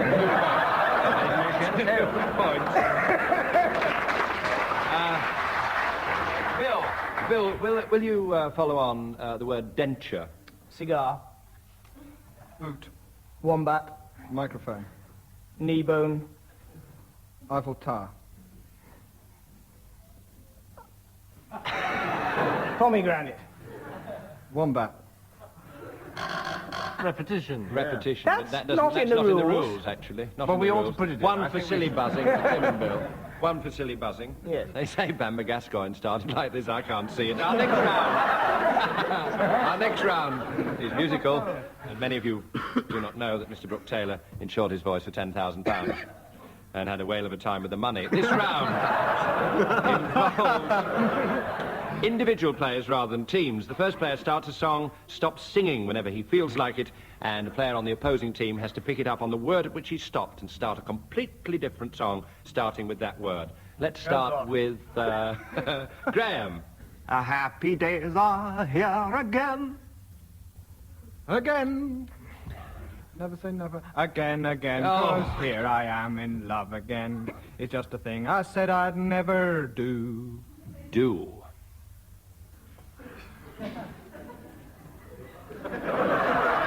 Do a deer, a female. Ray, a little piece of fish. Stingray. Have a sting in the toe. No. I want to start another song immediately. I feel rather ill. I want to start another song with Bill Oddie, please. I've got hiccups. This is a repeat. Sorry. When I see me till I see coming through the rye. Rye hick, Rye. Rye to Graham. Rye, a piece of golden Excellent. me a name I call myself. Self. Go on, I'm enjoying it, Graham. Self. Myself. A racing fly is something you buy. McDougal's is the name.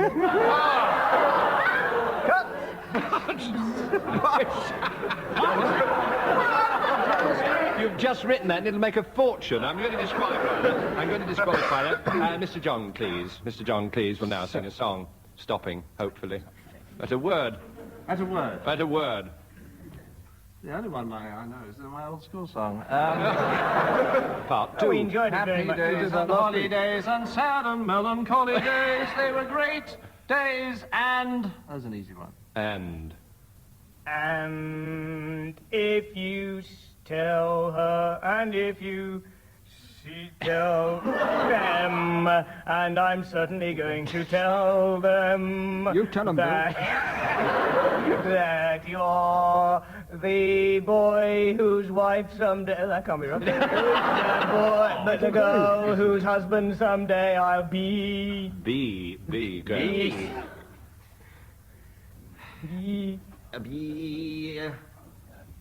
Because. Because, one word, not because. Because I'm a Londoner, that I love London. Done. London. Done. I love Done. Done. John Cleese, please. Another point to Tim and Bill, and let's have Tim. Tim starting the final song of this round. Tim. All the shrimp boats is a-coming, there's... You didn't stop. There's. He didn't know the next word. No, he didn't. There's... Golden haze on the meadow. Yeah. There's a rainbow round my shoulder. Shoulder. That's enough. Shoulder. Shoulder. Over my shoulder. Goes one leg over my shoulder. Two lovely black eyes. What a voice. Oh! What a voice! Surprise! Is that where you left off? Yes. Surprise! Surprise! Surprise! You're dickering and dockering, Tim. I am what? Surprise! Hoot. Surprise! Open the oyster shell. Just 4-3 to John and Graham. Let's leap on to Tag Wrestling Part 2, in which, as before, Failure. each team will be given a tagline of a story and make their separate ways towards it. Let's change the order of giving taglines. Swap it round a bit. John and Graham, your tagline: the rose fell off the duck's hat, and we all went home early. I'm sorry, so we all went home early. I think that's more interesting. The rose fell off the duck's hat, so we all went home early.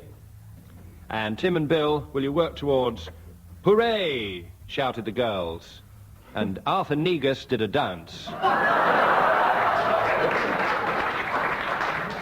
So it's the rose fell off the duck's hat, so we all went home early, for John and Graham, and Tim and Bill, hooray, shouted the girls, and Arthur Negus did a dance. Tim and Bill, will you start your story, please? Well, said Arthur Negus, using another voice from the usual. This is an interesting little clock here. I see it has little figures. John, please. Clock. It's in the form of a duck. I've never seen one like this in my whole life. And look here, on the top of this clock is a sort of hat. Bill. And he handed the duck with the rose on top of its hat to the next contestant, who unfortunately dropped it and smashed it into smithereens. Not to worry, said Arthur. I'll mend it in a jiffy, and he did. And incidentally, he said... Tim. He said, I feel like a bit of duck, net it. And he was then given the next object. And he said, yes, I'd pick it. But in his haste to identify the next object, I don't know why I'm talking like this because it's not relevant, he omitted to notice the duck's hat, which was quite indigestible. Bill. And lying on the floor, so he kicked it out of the way and picked up an antique banjo. This, he said, I would like to play, but unfortunately I need a little encouragement. Graham.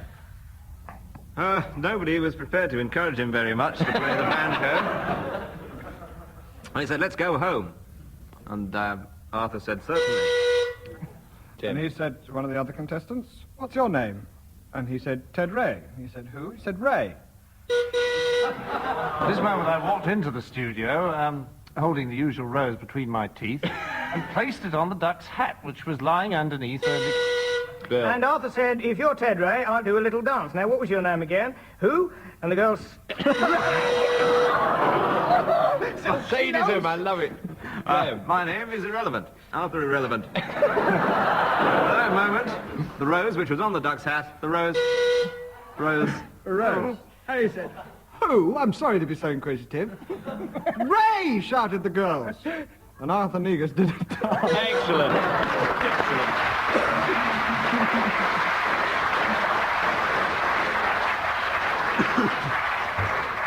3-0 to Tim and Bill. 3-0, and we move now to blues time. Blues time, gentlemen. I'll give each team a subject on which they must improvise a 4-line blues, singing alternate lines. And there are marks for wit and ethnic feel.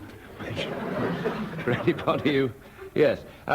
Blues time, and I'll give you the subjects. John and Graham, will you compose a Lady Godiva blues? Lady Godiva. Thank you, Dave. Yeah.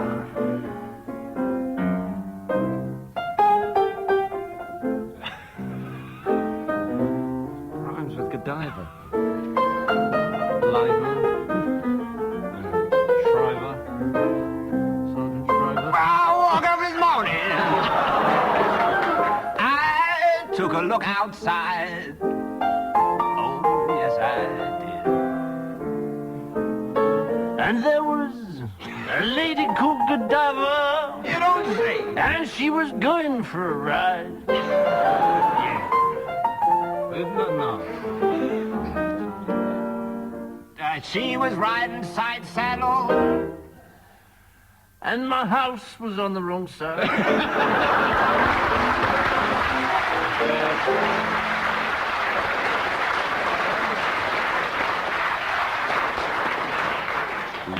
Like it. Tim and Bill, will you give us the Napoleon Blues? The Napoleon Blues. Dave will introduce it slowly. Well, I woke up this morning, found Napoleon by my side. Read it out, baby, a second time very fast. I repeat that if you want. All right. Yes, I woke up this morning. Good for you. No, I didn't. Napoleon wasn't by my side. I just lied in bed all day. So I said to myself, what a wonderful world. Well, at least I tried with triumphant line and saw it. Had the real authentic messiness. Let's go to John and Graham. Give them another subject for blues. Gentlemen, would you like to say a blues on the subject of a rubber dinghy? The rubber dinghy blues.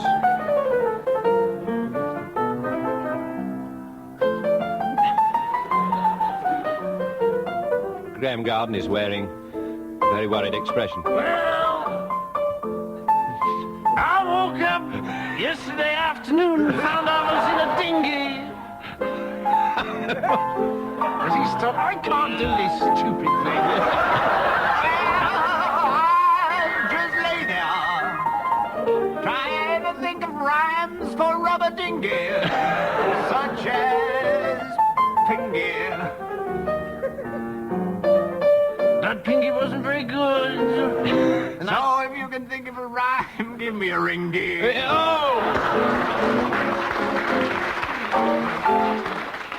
Surging to a triumphant climax, Tim and Bill, the electric toothbrush blues. The electric toothbrush.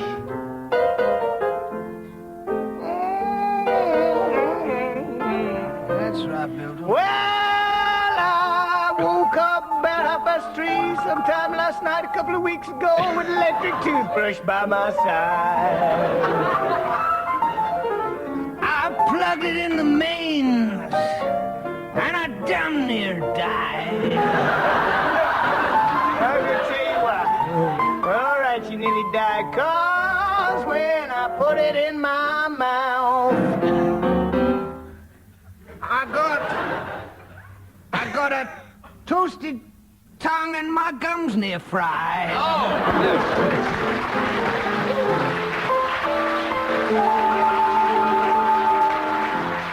Steaming. Oh, a 3-0 win there to Tim and Bill, and it's late arrivals time. Gentlemen, we revert to... Look at pain on Mrs. Cleese's face. We revert to our late arrivals at the Mechanics' Ball, gentlemen, starting with John Cleese, who arrived late at the Mechanics' Ball. Mr. and Mrs. Drover and their son, Alan Drover. A Land Rover. Arriving late at the Mechanics' Ball, Mr. and Mrs. Ing Station and their son, Filling Station. And arriving from Sweden. Oh, yes. Mr. and Mrs. Grease and their son, Axel.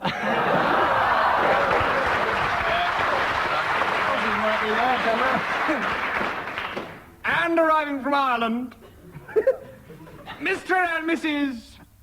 Anacle Failure and their son, Mick Anacle Failure. Mr. and Mrs. J. Proprietor and their son, Gary J. Proprietor. Arriving from the north of England, Miss and Mrs. Freeze and their relations, Uncle Freeze and Auntie Freeze. They never stop. Tim and Bill, a runaway win on this programme, a runaway win. You're winning at the moment. They're going to go on. Well, let's consolidate and rub their little noses into the No, ground. let's then. keep very quiet. It's the last. Mr. and Mrs. Talbot and their son, Beam Talbot. So it's good night from me and Dave Lee. And Mrs. Us. Think about it. Mr. and Mrs. Us Gear and their son who's just entered the church. Is, of course, the Rev Us Gear. Closely followed by Mr. and Mrs. God and their son, who is so unpopular and unpleasant that his name is Mud God. If you have any ideas, write to me, David Kossoff, BBC, 5 to 10. Not to 6 mention to 9. Mr. and Mrs. Iculated Lorry and their son, Art Iculated Lorry. I resign. Good night all from John Cleese, Graham Garden, Screen wiper Tim Brooke and Taylor, their Bill Welsh Oxley. son. Wind screen wiper.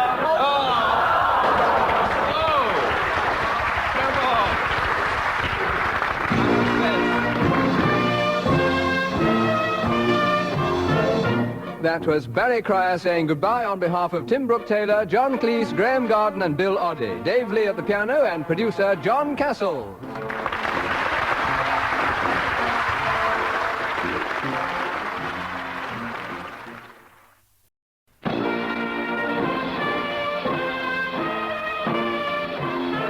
We present I'm Sorry I Haven't a Clue, a panel game, and your chairman tonight, Humphrey Lyttelton.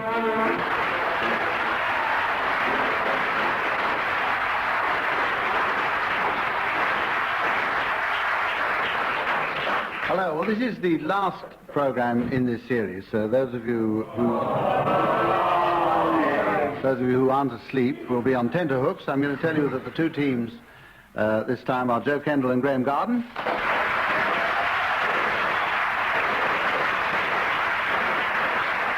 Tim Brooke Taylor and John Cleese.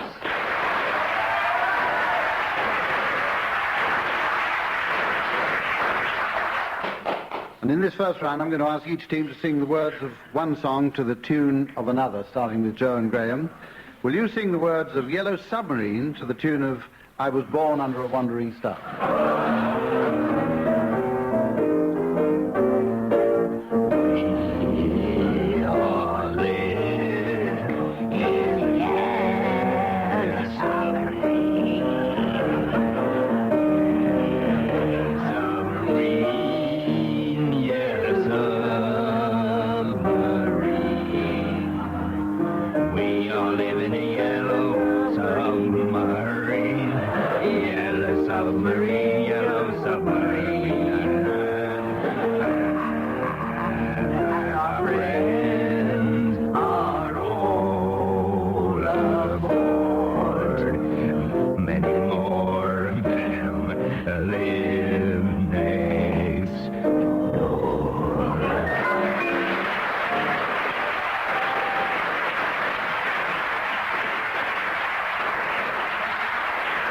For the benefit of listeners at home, Joe Kendall was singing the lower part there. 2 marks for that, I think. I don't know why. Tim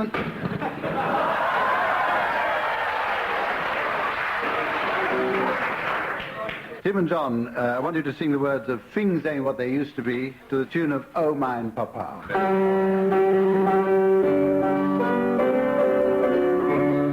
They've changed a little valley into a bowling alley, and things ain't what they used to be.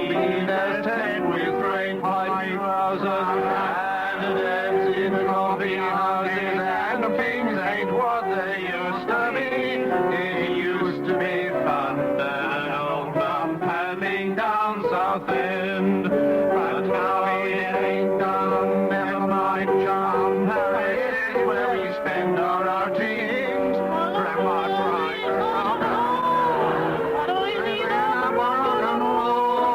laughing, ain't what they used to be.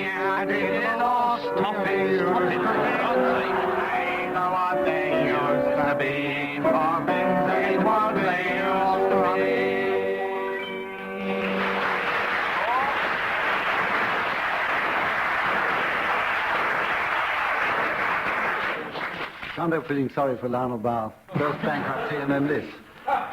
Give you 1 mark for interpretation.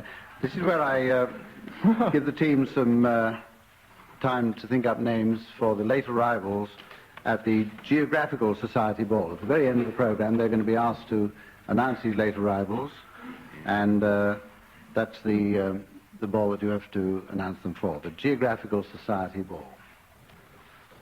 Right. On now to a thing which is called, a round which is called Daffy Definitions.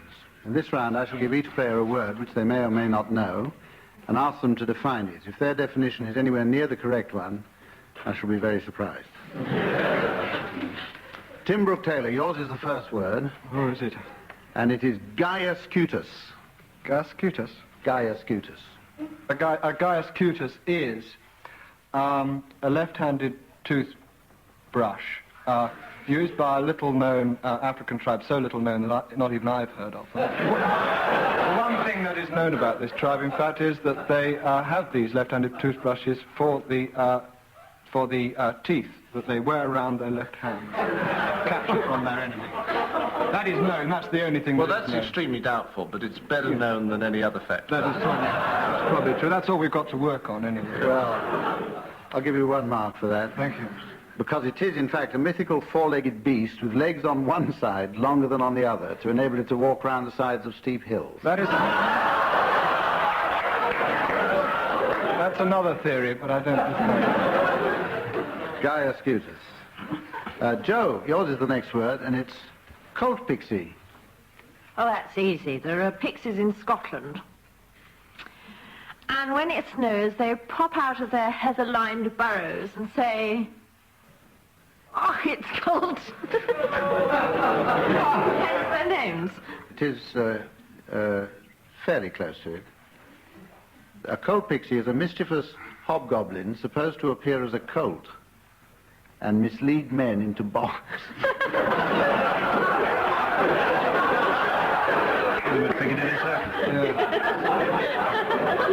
And as a lady, you wouldn't, of course, know about that sort of thing. No, I wouldn't. True. We'll have to give you a consolation mark. Now then, who's this? Graham. I want you to define a fern tickle. Well, this comes from Old Middle English. In fact, just to the left of Middle English. Tickle, as we know, is the approximation of the digits to a susceptible portion of the anatomy and the pleasurable or otherwise sensation produced by their motion. Fern, it's true. He's a doctor. Fern, he's a doctor. He's a doctor. Fern comes from the Scandinavian, higher Scandinavian, well, halfway up Scandinavian, and fern, the same root that we get the word fun. So a fern tickle is an enjoyable tickle. You're going to have a couple of marks there because you're exactly halfway to the right answer. If you take a mean point between mid-England and Scandinavia, you actually come to Scotland, which is where this word comes from, and it's Scottish for a freckle. And I should say, since a look of disbelief has come over Graham's face, I should say that all these definitions are from Webster's dictionary. Dictionary? Be careful, you might have to sing that later. And therefore these are all proper words, or as proper words as ever get into Webster's dictionary. Well, it all depends on... John Cleese, your word is... Mr. Webster. I mean, who's ever met Mr. Webster? A practical joker on the most immense scale. Here we are, accepting his bona fides without any evidence. John, wipe your eyes and listen to this word. This is your word. Almoravid. Oh, yes, well, I know what this is. Yes, I do, actually, because I was in Morocco 4 months ago, and it's the second recognised dynasty of Moroccan kings coming between the Almohads and the Sardians. Or not. You might get a mark if you tell me where they live. A two-storey, 2 up, 2 down, made of congealed sand and juice squeezed from camels. But I should buy now. If you tell me that this particular dynasty lived in a fortified convent, you would have got your 19... You'll say anything for a laugh, won't it? Well, we've been badly put in my contract from now on, no Webster. And I'm going to tell you that the next round is limericks, and your thing is there once was a person called Webster. No, I'll let you off that. This is incidentally where I give each team the opening line of a limerick, and they must complete it. And we'll start with Joe and Graham. And your opening line is, there was a stout person from Brum. I see your game. There was a stout person from Brum. Who lost £20 off her tum. When people said, great, She replied, just you wait.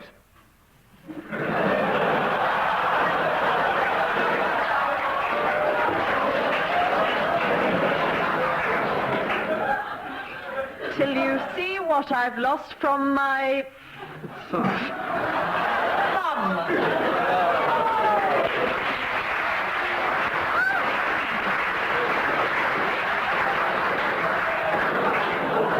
We'll give you 3 marks for that. Tim and John, your first line coming up. A boozer who lived in Dundee. Oh, a boozer who lived in Dundee.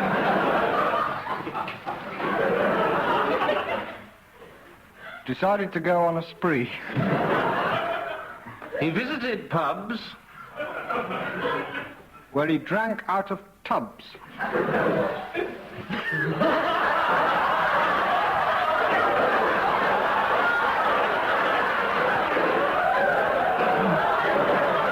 Until it was time for his tea.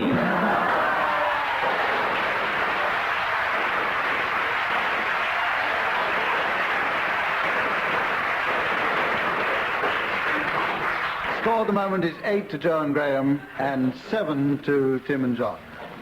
And this next round is the singing relay, where I give each team a song to sing, taking alternate words. And anyone who spoils the song by singing out of turn or out of tune will be taken from this place, hung, drawn and quartered, boiled in oil, and compelled to listen to a complete replay of this series. Joe and Graham, your song, please, is Second-Hand Rose. I'm wearing second-hand hats, second-hand clothes. That's why they call me second-hand clothes. Even a piano in the parlor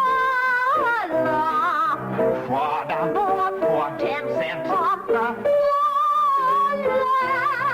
second-hand toils. I'm wearing second-hand toils. I never get a single thing that's new. Even Jacob Plummer, he's the man I adore, had the nerve to tell me he'd been married before. Everyone knows that I'm just second-hand rose. Second Avenue.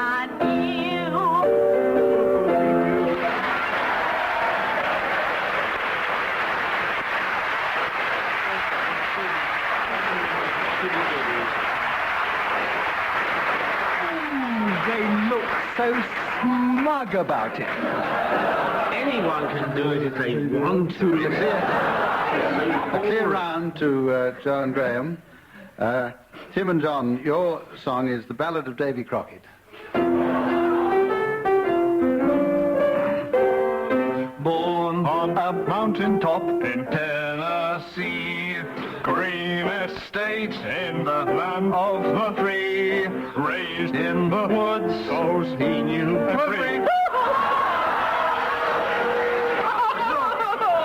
That's very difficult. Sozy knew every tree. As this is the last programme and you're lagging behind by 1 point, we'll allow you to try and regain a mark by singing it again much slower.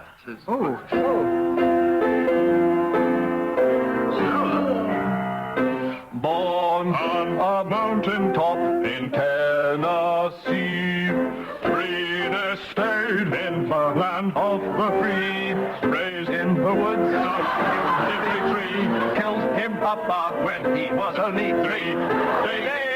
Dave Crockett, king of the wild frontier.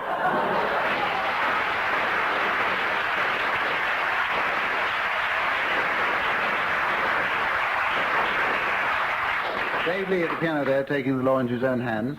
So the score now is 8, 9, 10, 11 against 7, 8, 9, 10, 11. It really doesn't matter who's got which. The next round is a round called Spot the Noise. This time I shall ask each player to identify for 1 mark a noise. Now the way we're going to judge this is a sort of composite noise which has been put together by the effects department, and the players are asked to give a plausible explanation for this particular noise, and they'll be judged on the strength of the applause that they get from the audience here. So Graham, first of all, here's your noise.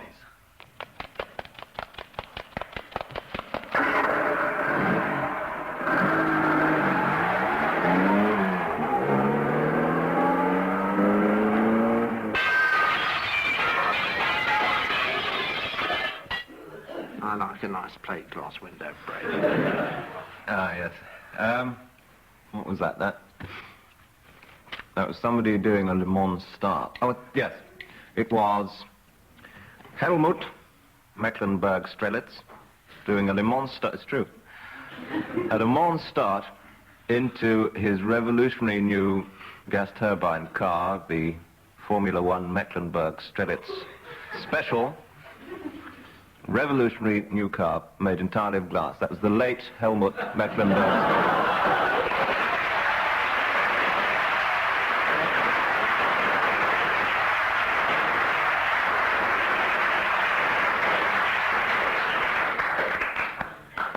Right. Joe Kendall, here's your noise.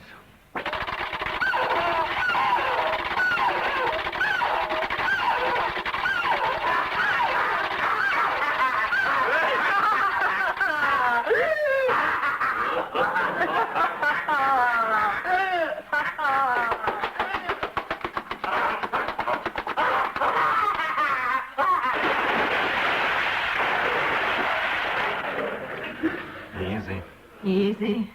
It's rural celebrations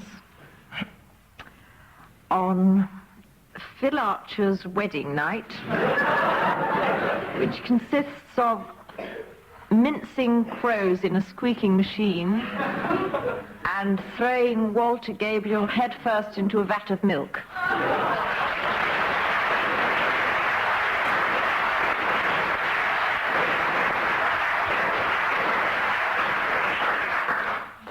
Right, Tim Brooke Taylor, your noise now.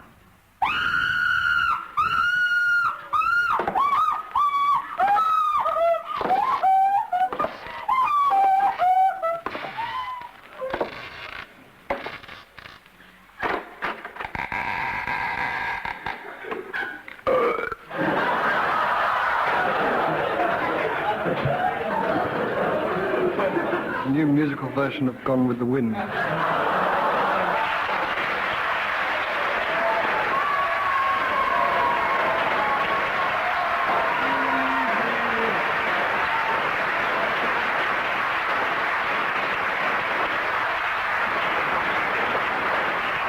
I expect you might... John it might thinks not your be noise allowed. coming up.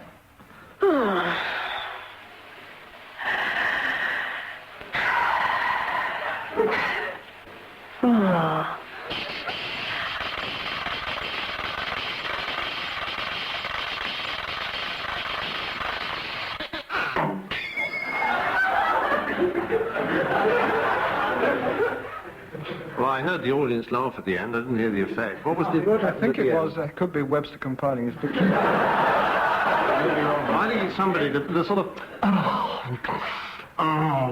type of thing is obviously somebody reading Webster. Reading Webster. Webster, a well-known lexicographer and practical joker. And then, as far as I can see, several months passed. Then there was a sound effect of Mr. Webster's index fingers being fed into a mincing machine.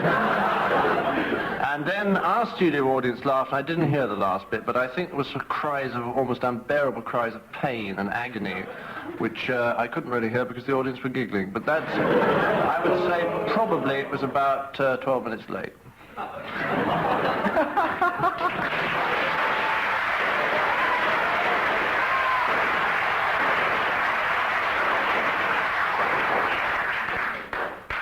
Well, we have an aggregate there of 18 to Graham and Joe. That's 1 mark per second of applause. And an aggregate of 17 to Tim and John, bringing the score 2. Now we go on to Calypso time. If you've noticed a certain amount of sort of padding up to now in the program, it's been to delay the moment when we come to Calypso time. Each team will be given by me a subject on which they must improvise a 4-line calypso, singing alternate lines. Tim and John, your subject, please. Crafts. I'll do the beginning. I went to... Excuse, warming up. Oh, I went to Crafts the other night. The dog's owners, they were an incredible sight.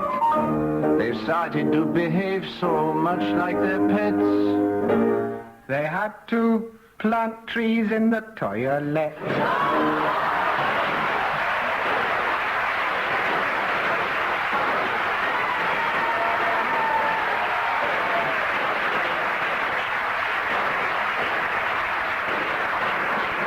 I've got 3 marks for that. John Graham, your subject is Entente Cordiale. Her Majesty the Queen the other day. She went to Paris a long way away. The only question I am asking... Asking? You! Ah, that's easier. The only question I'm asking you is what did Monsieur Pompidou?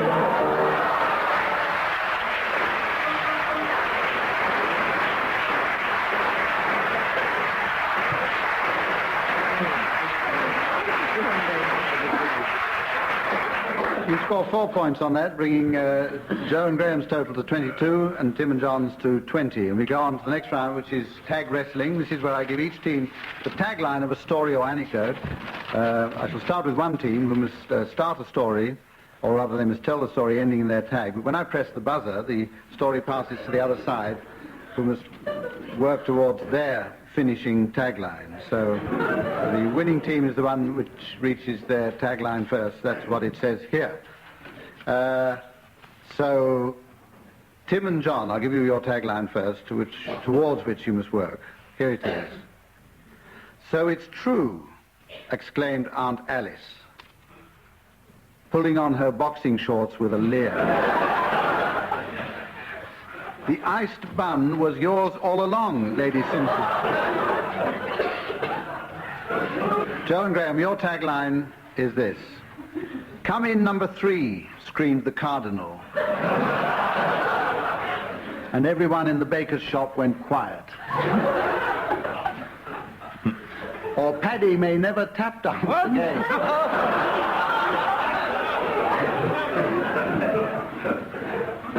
And we're going to start this story off with Tim and John. John.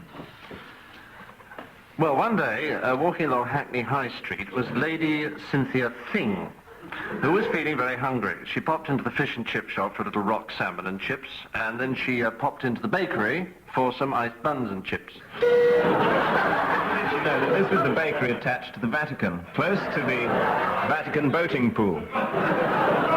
In Wapping High Street? Cardinal what? In Wapping High Street? That's the Wapping Vatican. That was not the one in Rome. They're everywhere. Anyway, Cardinal Wilson was standing by the boating pool watching the boats going past when Paddy, who had come to say a prayer to St. Jude, the patron saint of lost causes, stopped by and passed the time of day saying, I I'm about to push you in. And he did. Paddy dived in to help him, and they both drowned.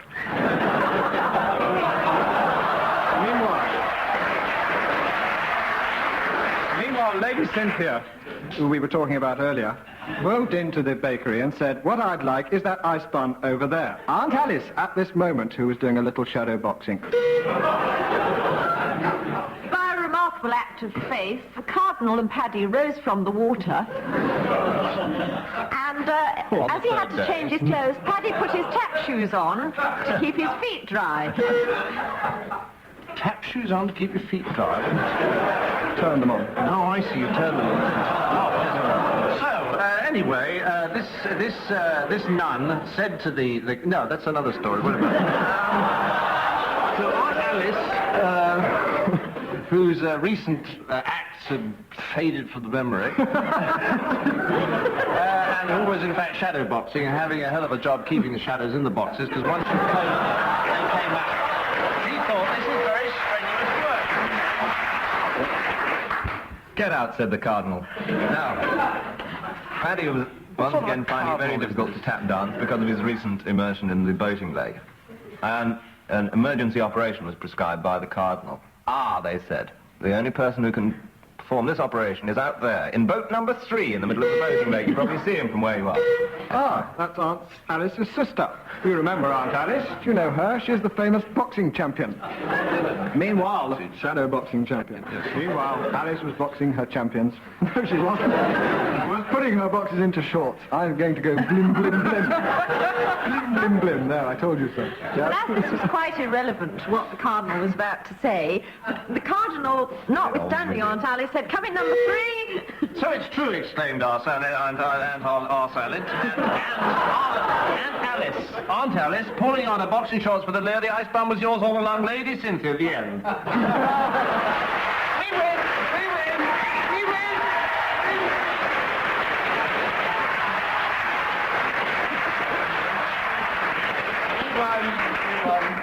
Tim and John win that one because Joe and Graham won last time. 25 to Joe and Graham, 23 to Tim and John. We come to the point where I ask the teams to announce the late arrivals at the Geographical Society Ball. 1 mark per name. Let's hear first of all from Graham Garden. Mr. and Mrs. Eastern Hemisphere, and their son Western Hemisphere, and his brother Eastern Hemisphere. Holy. Also arriving at the Geographer's Ball are, and all together please, Mr. and Mrs. Pelagos and their son Archie Pelagos. Ah, you know him. Joe?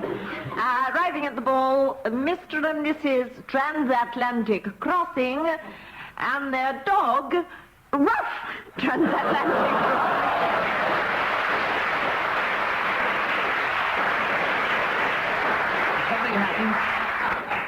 The Australian ambassador and his wife and their pet koala, Lumpa.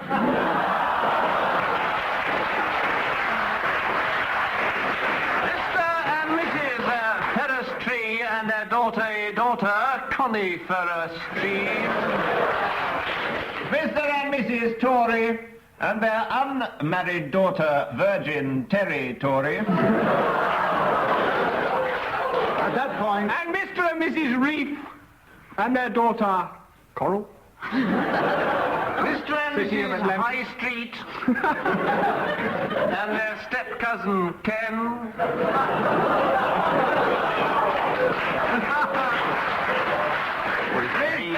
Mrs. West Passage and their daughter Nora for West Passage.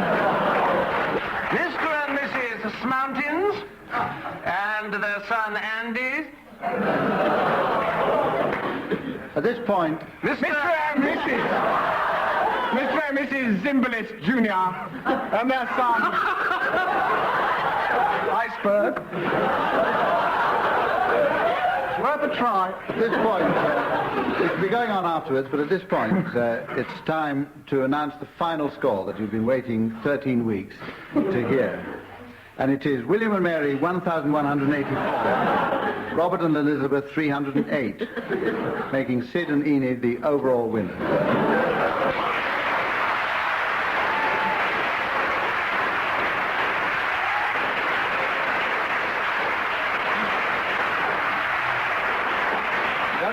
To say goodbye on behalf of Joe Kendall and Graham Garden, Tim Brooke Taylor and John Cleese, and our musical accompanist and director, Dave Lee.